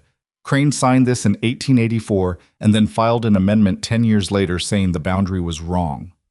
"Yes," Cole said, and he moved the documentation before anyone could compare the two. "Yes, so either the markers were moved between 1884 and the amendment, or they weren't moved, and the amendment was a lie," Cole said. "One of those is easy to check." "The markers," she said. "If they're still standing, the original affidavit holds and the amendment fails. If they've been removed or relocated, then someone went out to that boundary line at some point and did the work of making the lie true," Clara said. Cole nodded once. "That's the question we need answered before the hearing." Clara looked at the affidavit, at the names, at Robert Whitfield's signature, precise and considered, the handwriting of a man who wrote carefully because he understood that written things lasted. "I need to get certified copies of these pages," she said. "Today, before we leave this building." "Garrity," Cole said. "I heard," Garrity said from the doorway. He had the manner of a man who had made a decision slightly ahead of the moment it was required. "I'll need an hour."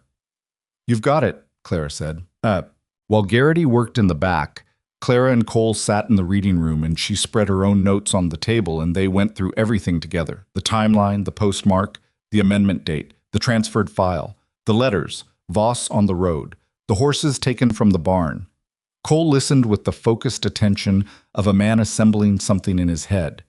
When she finished, he sat back in his chair and looked at the ceiling for a moment. "The letters," he said. "The ones sent in your name, referencing the notation. Briggs sent them knowing you had land records experience." Clara stopped. "I never told Briggs about my background. I told him this morning at the counter, but he knew before," Cole said. "He had to. He wasn't sending just any woman to show up in Dusty Creek with those letters. He sent someone who could read a registry entry and understand what she was looking at." He looked at her. "Which means he got your name from somewhere that knew your work history. A reference. A former employer. Someone who directed him to you specifically." The room was quiet. "Ohio," Clara said slowly. "The title company. The falsified transfer dates. The people who'd moved on after the titles were corrected." "Who else was involved in that case?" Cole said. She thought back. 4 years ago. The company partners, the clerks, the county recorder who'd initially looked the other way. The man who'd eventually cooperated with the correction in exchange for not being named formally. A man who had subsequently moved west. "His name was Carver," she said. "Edward Carver. He was a junior partner. He cooperated because he was frightened and because someone made clear to him what would happen if he didn't." She set her hands flat on the table. "I don't know where he went afterward." "But someone connected to Voss knew your name," Cole said. "Knew your skills. Chose you specifically. Because I would know how to read the documents I was being sent to carry." She heard herself saying it and felt the particular cold clarity of understanding something completely for the first time. "I wasn't sent to be a face to put on the interference. I was sent because someone thought I could be turned, or used more directly. A woman with land records experience and no ties in the county, showing up already holding documents with the notation, if I'd found work with no one to vouch for me, if I'd been desperate enough, they'd have approached me." "Offered you employment," Cole said, "with access to the registry. With instructions I wouldn't have understood were instructions until it was too late." She looked at the table. "He didn't expect me to find Caleb's kitchen table on night 1. Cole made a sound that in a younger man would have been a laugh. "No," he said. "I'd imagine he didn't." Hester Kane's office was on the second floor of a building that smelled like old wood and new ambition, which was a combination Clara associated with lawyers who were good at their work and knew it. The office itself was smaller than she'd expected and more crowded, files on every surface, a desk so buried in paper that its original color was theoretical, and behind the desk a woman in her mid-40s who looked up from what she was reading with the sharp, undelayed attention of someone who did not waste time warming up. She read Caleb's letter without expression. She read it again. Then she set it down and looked at Clara. "You worked the Hendrick title case in Ohio," she said. Clara went still. "You know about that." "I know about it because I represented one of the families that Hendrick had defrauded before your case broke it open. I never knew who the woman was who got Carver to cooperate." Kane folded her hands. "That was you." "Yes," Clara said. Kane looked at her for a moment with the frank assessment of someone recalibrating a situation. "Sit down," she said. Clara sat. "I withdrew from the Dusty Creek case in September," Kane said. "Not because I wanted to, because my client, the lead family I was representing, received a threat that was specific enough to make me believe they were serious about following through on it. My client chose to settle. I had no case without them." She paused. "But I kept the file open, technically, because closing it felt like letting them win something they hadn't earned. We have the certified copies from the archive," Clara said. "The original affidavit, Crane's signature on the 1884 survey, and then on the amendment 10 years later, contradicting himself." Kane's jaw tightened almost imperceptibly. "That's been there the whole time." "Yes, but nobody connected it to Crane's death until now. Or if they did, they didn't say so out loud." A silence. "Caleb Dawson is willing to testify," Clara said, "about the original marker placement. He was present. His father-in-law placed 2 of the markers." "Robert Whitfield," Kane said. "His signature is on the 1884 affidavit." "I know." Kane looked at the letter again. "What about the markers themselves? Are they still in place?" "That's what we don't know yet," Clara said. "Someone with access to the file read the placement descriptions 3 weeks ago. Supervised, in the reading room, but they read them. If Voss sent someone out to that boundary line, then the markers may have been relocated or removed before the hearing." Kane stood up and went to the window in the particular way people go to windows when they're thinking through something they'd rather not have to think through. "If the physical markers are gone, the affidavit is harder to use. A good opposing lawyer will argue they were never accurate to begin with." "Unless we get an independent surveyor out there first," Clara said, "before the hearing, before whoever Voss sent to look at the file descriptions has had time to act." Kane turned from the window. "How long ago did that man access the archive?" 3 weeks. 3 weeks.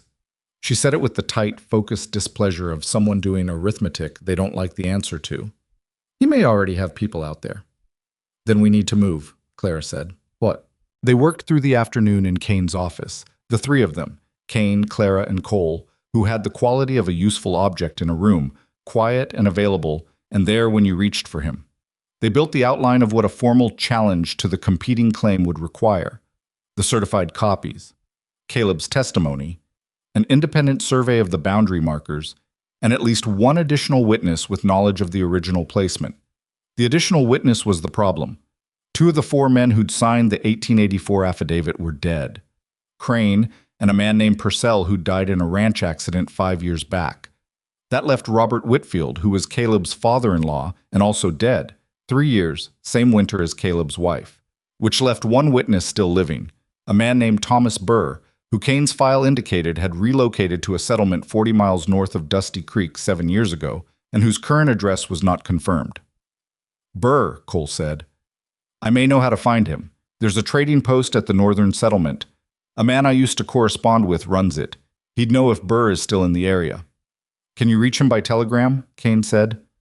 "Today," Cole said. He left to do it.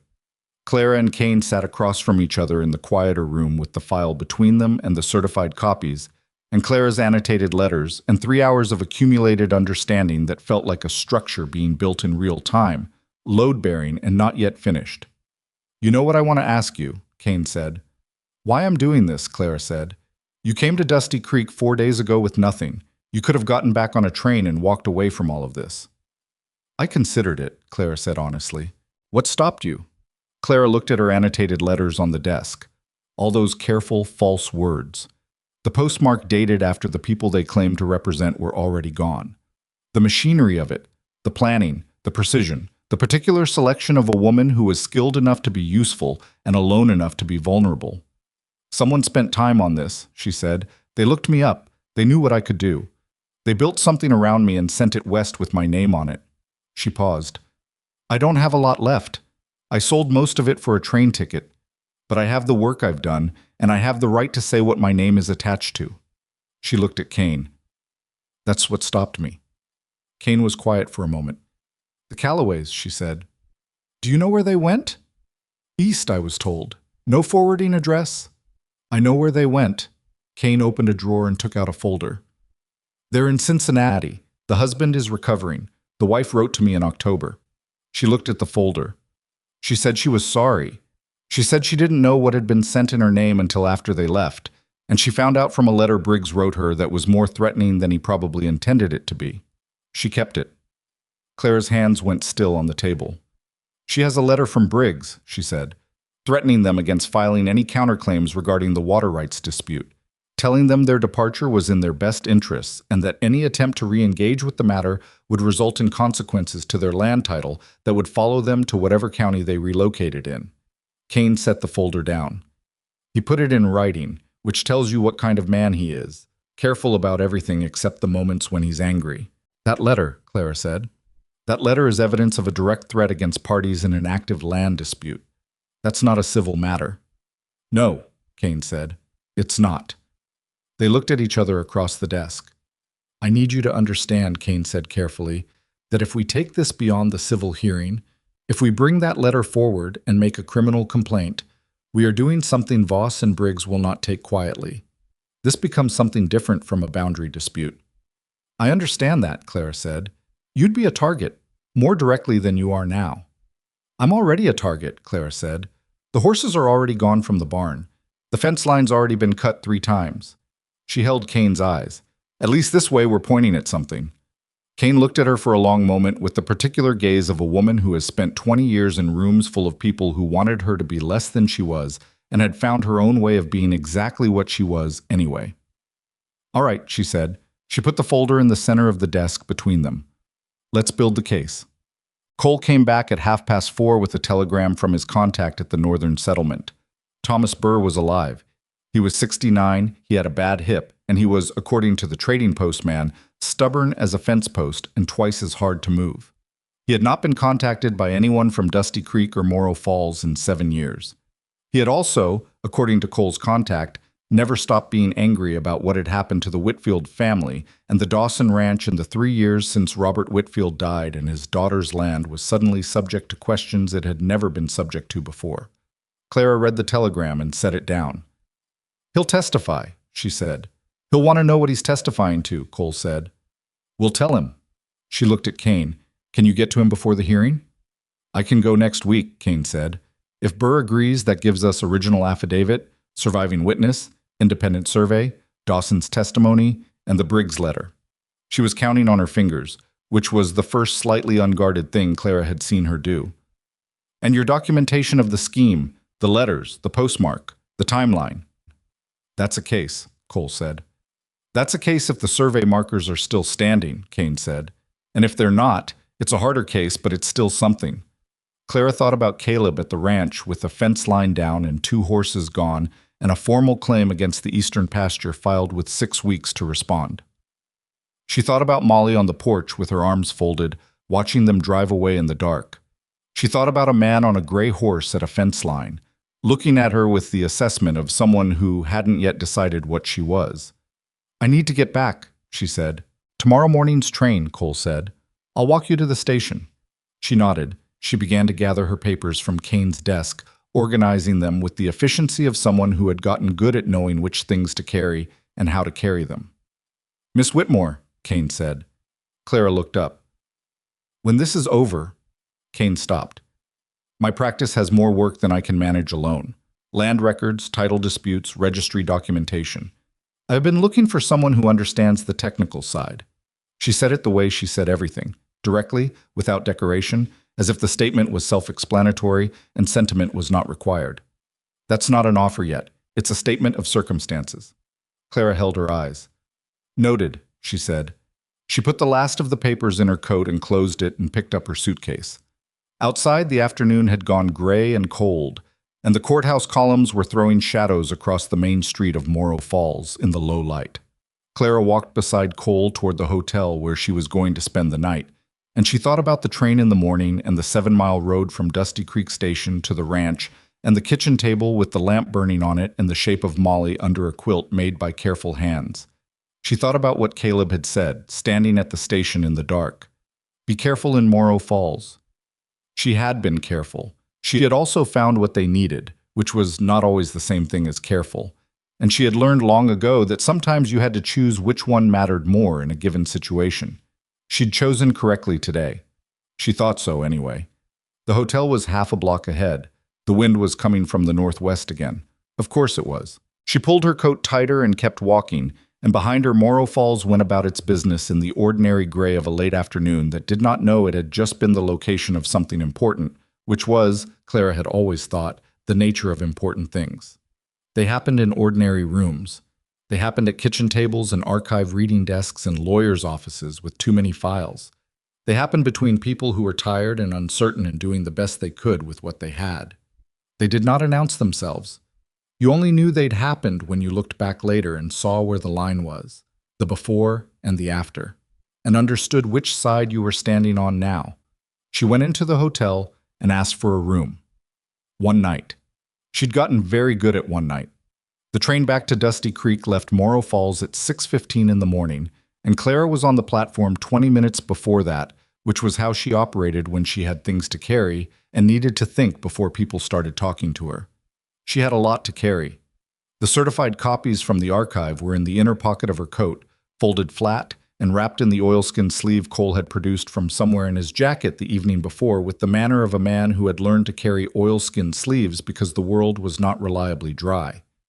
Kane's copy of the Briggs letter, a precise transcription, the original remaining with Kane for safekeeping, was folded in with them. Her own annotated notes. The telegram about Thomas Burr. She stood on the platform in the early dark and held all of it in her head and tried to see the shape of what came next.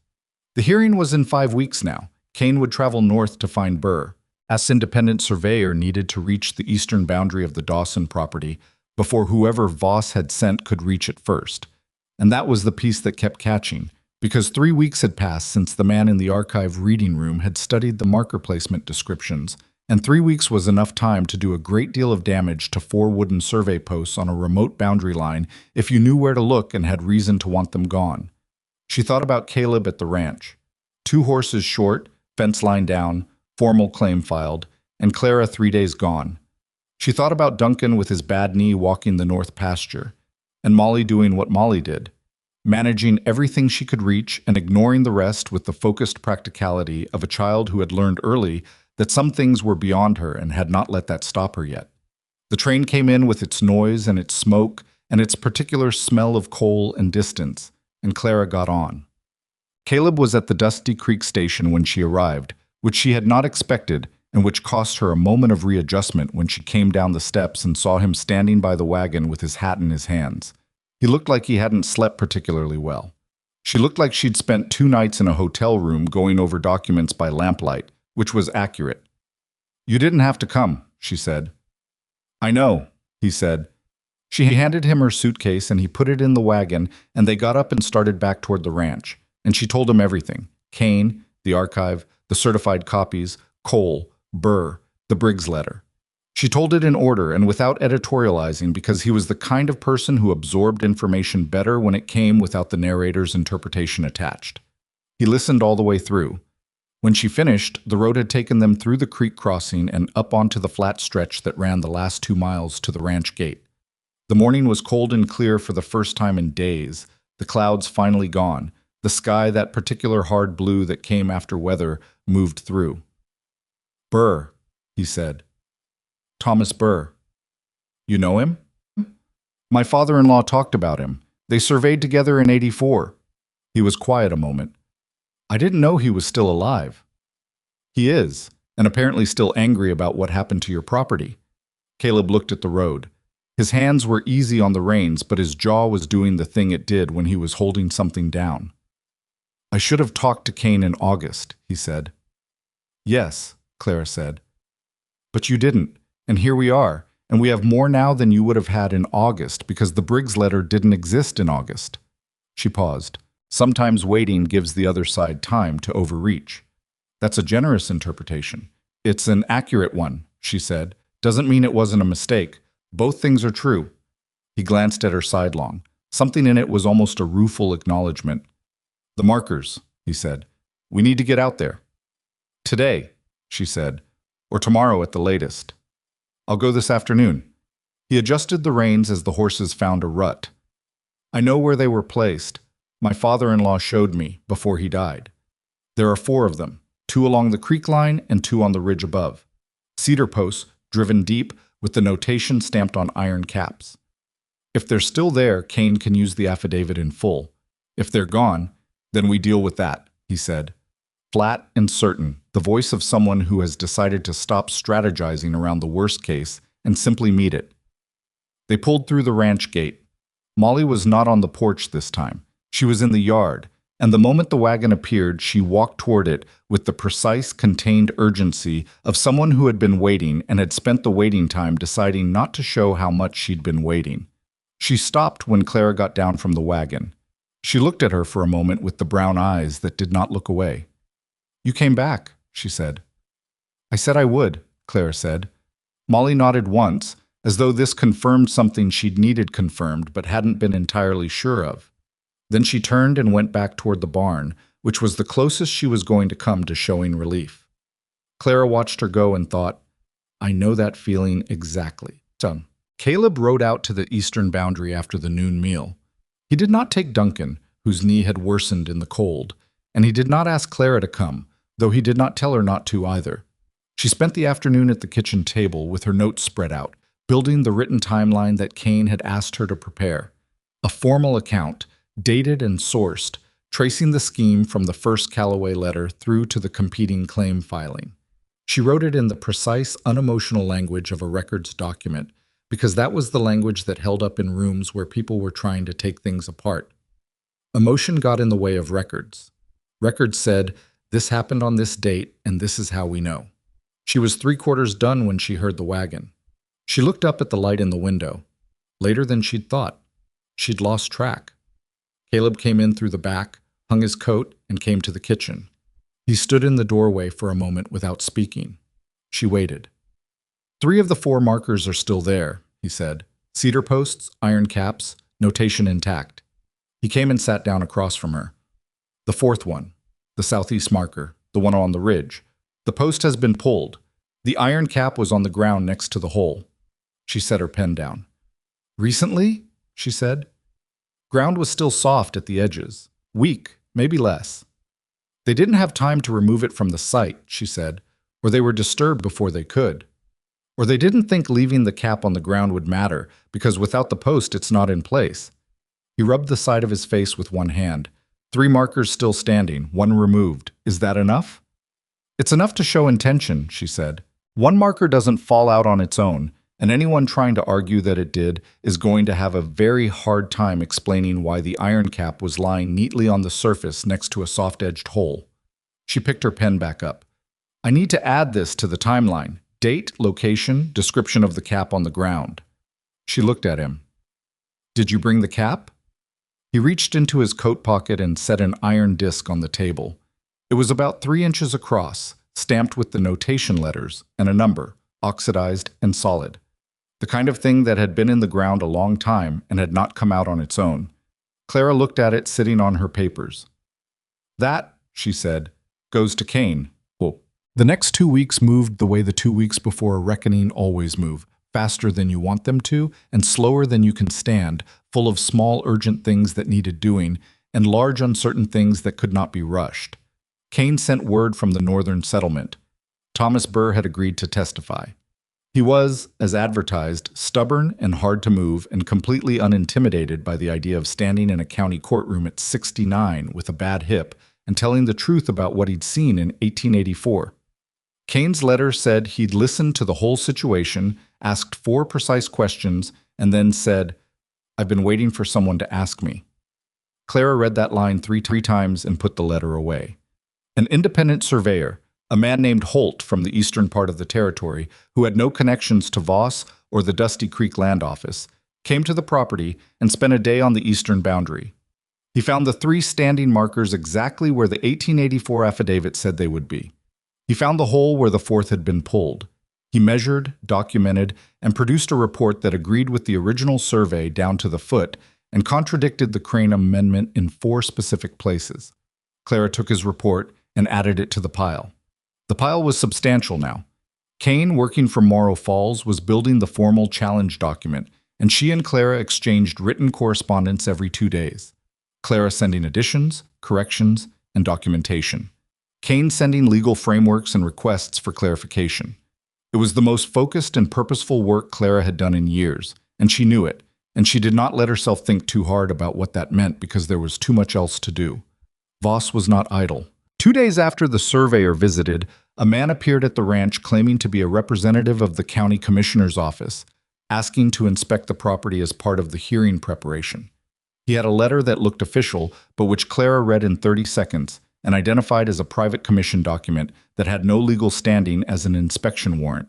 She told him this at the door, politely, while Caleb stood behind her right shoulder, saying nothing. The man left. He did not come back.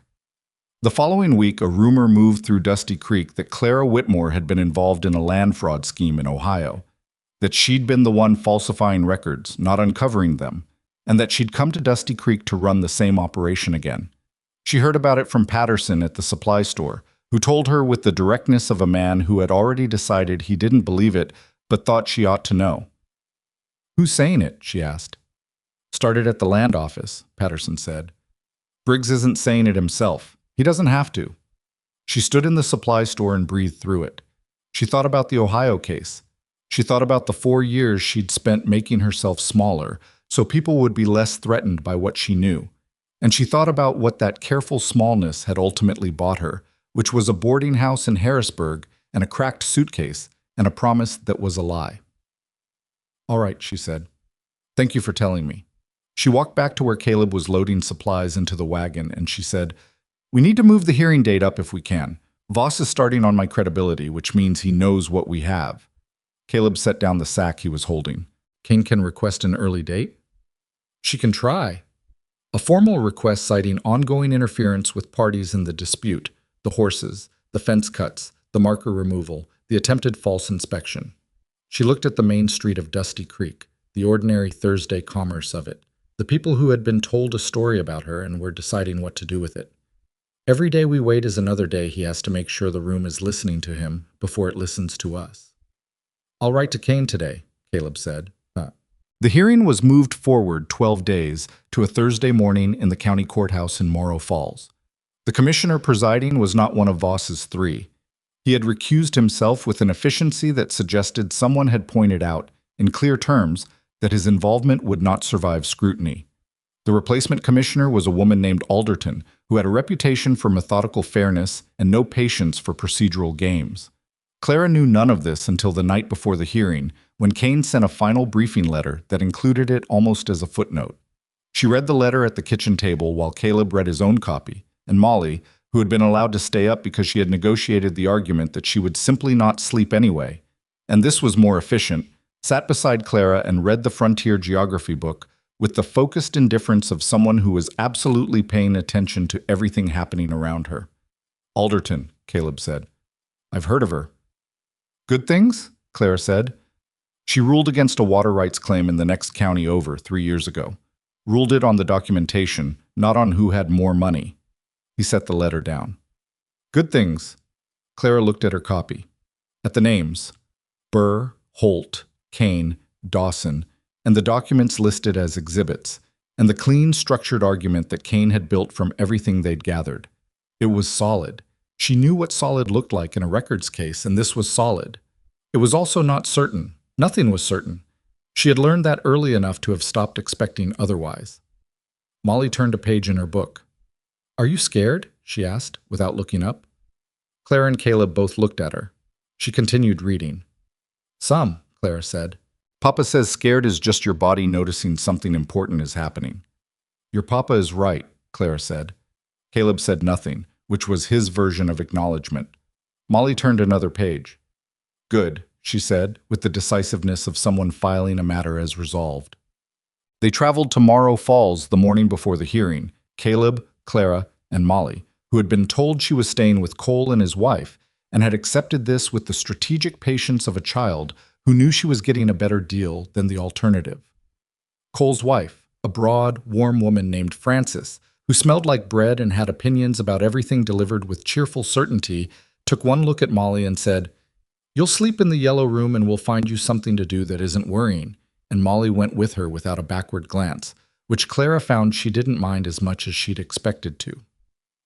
That night, in the hotel that smelled like old wood and new ambition, Clara sat on the edge of the bed and looked at the window for a long time. She thought about the morning she'd arrived in Dusty Creek, the lantern, the bench, the cracked suitcase and the soft creased letters, and the hollow, specific weight of understanding that no one was coming. She thought about a small girl who had walked up to a stranger in the dark and said, "You look like nobody came for you." She thought about what it meant that the worst night of her life had been the night she'd been found. Not saved, she had never needed saving exactly, and would have eventually worked out some version of forward on her own. But found, noticed, pulled out of the particular invisibility that descends on people when they have nothing to offer and nowhere to stand. She thought about Caleb in the room down the hall, doing whatever he did in the hours before something important. Probably not sleeping, probably sitting in the same quality of stillness he brought to everything, probably not letting himself want the outcome too much because wanting things too much had its own kind of cost. She understood that. She had that same instinct, the keeping back, the not quite allowing. She was working on it. She lay down and closed her eyes and thought about 3 survey markers standing solid in cold ground, and 1 iron cap sitting on the surface of the earth next to a soft-edged hole, and the particular satisfaction of knowing that whoever had pulled that 4th post out had been in too much of a hurry to carry the evidence away. She slept. The courthouse in Morrow Falls was fuller than Clara expected. Word had moved, the way word moved in territory where everyone knew that what happened to one rancher happened eventually to all of them. The Hendersons were there.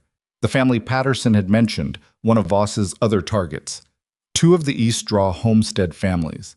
Patterson himself, who had driven 40 miles on a Thursday morning for reasons he did not explain and did not need to. Thomas Burr was there. Clara saw him across the room before the proceedings began. A tall man made smaller by age and the bad hip, with white hair and the particular upright carriage of someone who had decided that his body was going to do what it was going to do and his spine was going to maintain its dignity regardless. He caught her looking and gave her a short nod that contained an entire conversation she didn't need to hear out loud. Voss was there with 2 lawyers and a surveyor of his own and the contained, expensive confidence of a man who was certain the room would arrange itself around him. Briggs was not there. That absence registered with Clara like a sound that wasn't playing when it should have been.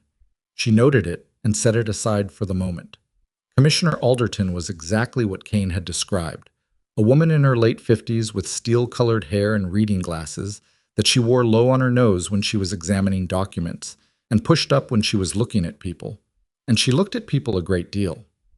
She ran the proceedings with the efficiency of someone who had sat in a lot of rooms where people tried to waste her time and had made a long-standing policy against tolerating it. Kane presented the challenge first. She did it the way she did everything, directly, in order, without unnecessary language. The original survey, the 1884 affidavit, the Crane Amendment and its date, the transfer of the original documentation to the county archive 12 days later, the surveyor's report confirming the 3 standing markers and the removed 4th, the iron cap entered as an exhibit. Thomas Burr's testimony. Burr took the floor with the careful movement of a man working around a bad hip, and the complete indifference to the room of a man who had been waiting for this moment for longer than anyone in the room, except possibly himself. He said what he'd seen. He said it plainly, and he said it without elaboration because he didn't need elaboration. The plain facts were their own elaboration. He'd been there when the markers were placed. He knew what the boundary line was. He knew where the creek ran. He had signed the affidavit in 1884, and everything in it was true, and he would say so in any room in any territory until he didn't have the breath to say it anymore. Voss's lawyer cross-examined him for 20 minutes. Burr answered every question with the same flat, unhurried certainty. He did not get rattled. He did not hedge.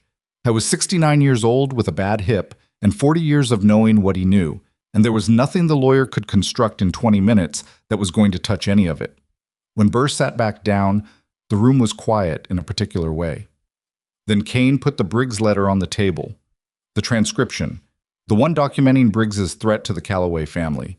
The threat he had committed to paper in a moment of anger that had been the single largest gift he'd inadvertently provided to the people he was trying to destroy. Kane read the relevant passages aloud with the quiet, deliberate pacing of someone who knows the words don't need help. Voss's side of the room went very still. But the proceedings ran through the morning and into the early afternoon. Voss's surveyor presented his report, which argued that the remaining markers had been moved from their original positions prior to the current hearing, implying that the Dawson side had relocated them, not Voss's. It was a precise and professional document, and it was, Clara knew, almost entirely constructed to rebut something that had not happened. She passed a note to Kane. 2 sentences. Kane read it, looked at Clara once, and then asked the commissioner for a brief adjournment. The adjournment was granted. In the corridor outside, Kane said, "You're sure?" The amendment cites a correction to the eastern boundary based on a resurvey conducted in autumn of 1894, Clara said. But the archive record shows the original documentation was transferred in September of 1894, before autumn, before any resurvey could have been officially conducted and filed. She held Kane's eyes. The resurvey the amendment references doesn't exist. He filed an amendment citing a survey that hadn't happened yet. Crane filed it in anticipation of a survey he planned to conduct, and then either never did or did, and the results didn't support the amendment, so he buried them. Kane was quiet for a moment. "That's not a civil matter," she said, which was what she'd said about the Briggs letter. "No," Clara said. "It's not." They went back in. What followed was not dramatic in the way that legal proceedings are dramatic in stories, where revelations land like physical blows and rooms erupt. It was the quieter, more grinding drama of a truth being established in the presence of people who would have preferred it not to be. Documented, confirmed, entered into the record, cross-referenced, and finally acknowledged by a woman with steel-colored hair and reading glasses who had been doing this long enough to know what she was looking at. Commissioner Alderton denied the competing claim. She denied it on the grounds that the Crane Amendment was unsupported by any legitimate resurvey documentation, that the 3 standing markers corroborated the original 1884 affidavit, that the removal of the 4th marker constituted clear evidence of bad faith interference with property documentation, and that the original survey notation DK 1887-04 therefore remained the controlling document for the eastern boundary of the Dawson property, including the creek line and the water rights attached to it. She also referred the matter of the Briggs letter to the Territorial Attorney's Office for review of potential criminal charges. She said all of this in the same methodical, unimpressed tone she used for everything, and then she pushed her reading glasses up and looked at the room over them and asked if there was any further business. There was not. Voss left without speaking to anyone, which told Clara everything she needed to know about the difference between his confidence when he arrived and his confidence now. His lawyers packed their documents with the focused efficiency of people who had other cases to get to and were very deliberately not making eye contact with anyone in the room. Patterson shook Caleb's hand with both of his and said something quietly that Clara couldn't hear from where she was standing. Thomas Burr found Clara near the door. He looked at her for a moment with the measuring attention of someone who has been told a thing about a person and is now comparing it to the person. "You built that case," he said. It was not quite a question. "Kane built it," Clara said. "I found the pieces." He made a sound that was not quite disagreement. "Robert would have liked you," he said, which was the thing he'd decided to say, and having said it, he nodded once and moved toward the door with the careful navigation of a man working around a bad hip in a crowded room. Clara stood and watched him go and did not say anything because there was nothing to say that would be equal to it. Caleb found her there. He didn't say anything right away either. They stood near the courthouse door while the room moved around them, and the noise of resolution, the release of held breath that sounded like conversation, filled the space where the proceedings had been. "The creek line," he said finally. "Still yours," she said. He exhaled slowly. It was not a dramatic exhalation. It was the kind that comes after a very long time of not being able to breathe quite all the way and then being allowed to. "I need to tell Molly," he said. "She'll want details," Clara said. "She always does." He looked at Clara, the careful face, the still eyes, the geography she'd been learning for 3 weeks now, without meaning to learn it as thoroughly as she had. What are you going to do? He said. Not about Kane's offer, not about Morrow Falls, not about anything specific. Just, what are you going to do? The question underneath all the other questions. I don't know yet, she said. Which was true. He nodded. He didn't push it, which was one of the things about him she'd noted early and noted again now. There's still a fence line that needs walking, he said. I know, she said, and the North Pasture survey is about 6 years overdue. I noticed that. He looked at her. I'm not asking you to stay, he said. I want to be clear about that. You've got... He gestured slightly, meaning Kane's offer, your work, wherever you go from here. You've got options now that you didn't have 3 weeks ago, and you should take whatever makes sense. But, she said, because there was one. But Molly put a sign on your room door, he said. 2 days after you left for Morrow Falls. Made it herself, painted it with the leftover house paint. Took her most of an afternoon. Clara was quiet. It says your name, he said. She looked at the courthouse floor for a moment, and then at the door, and then at Caleb, who was watching her with the expression of a man who has said the thing he needed to say and is now prepared for whatever answer comes back. What color is the paint? She said. Something shifted in his face. Not a smile, not quite. The thing that lives in the same neighborhood as a smile in a face that doesn't produce them easily. Blue, he said. She thought about the yellow room in Cole's house. She thought about the hotel that smelled like old wood and ambition, and the bench and lantern light, and the boarding house in Harrisburg with the widow who charged too much, and all the temporary places that had been hers for a while and then weren't. She thought about a door with her name on it, painted in blue by a small person who had taken most of an afternoon. I'll need to write to Kane, she said. Tell her I'm not in Morrow Falls. You can do that from the ranch, Caleb said. I know, she said. Oh, on the drive back. Molly between them again, already in possession of the complete facts of the hearing, delivered by Caleb with a fidelity to detail that suggested he'd known she would want them. The light was the long flat gold of late afternoon, the kind that made the hills look more generous than they actually were. Molly was quiet for the first few miles, which was unusual enough that both adults noticed it. Burr, she said finally. He was there. He was, Caleb said. He knew grandfather. He did. Molly processed this. Is he going to come to the ranch sometime? I could ask him, Caleb said. Molly nodded, satisfied, and went back to looking at the road with the settled expression of someone who has concluded an internal deliberation. Clara sat with the iron cap in her coat pocket.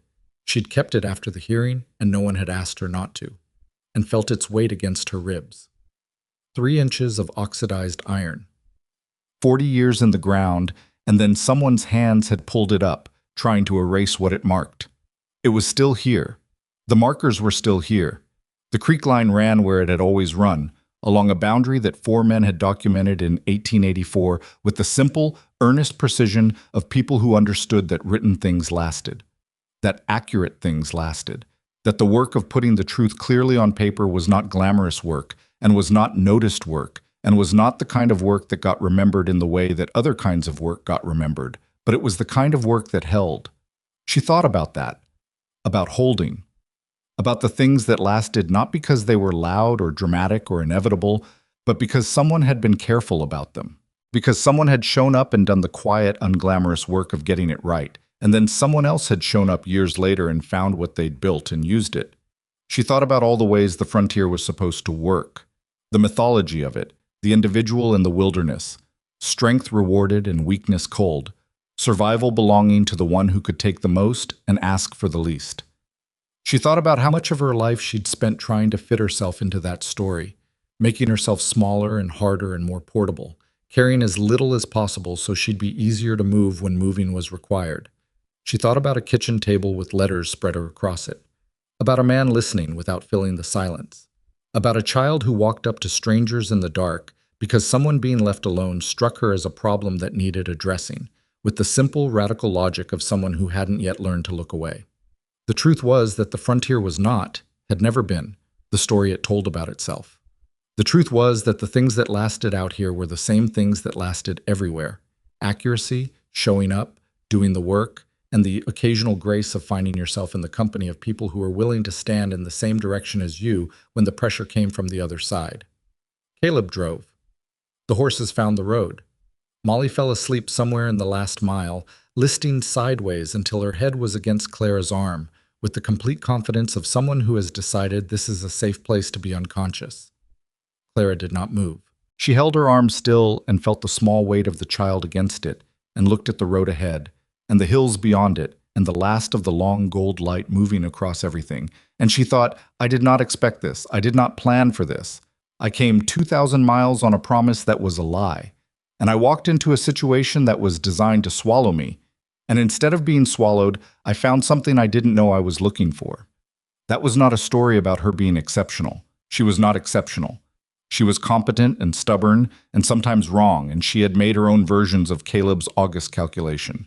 Times she'd looked away, times she'd kept her head down, times she'd made herself smaller than she needed to be because the alternative cost more than she could afford at the time. She was going to make those calculations again. She knew herself well enough to know that. But she was here. She had not looked away this time. She had followed the things she knew how to do into a situation that needed it, and she had stayed when staying was harder than leaving, and something real had come out of the staying. That was all anyone ever got, really. Not the guaranteed outcome, not the promised arrival, just the chance to be useful in the right place at the right time, and the wisdom to recognize it when it came. The ranch gate appeared ahead.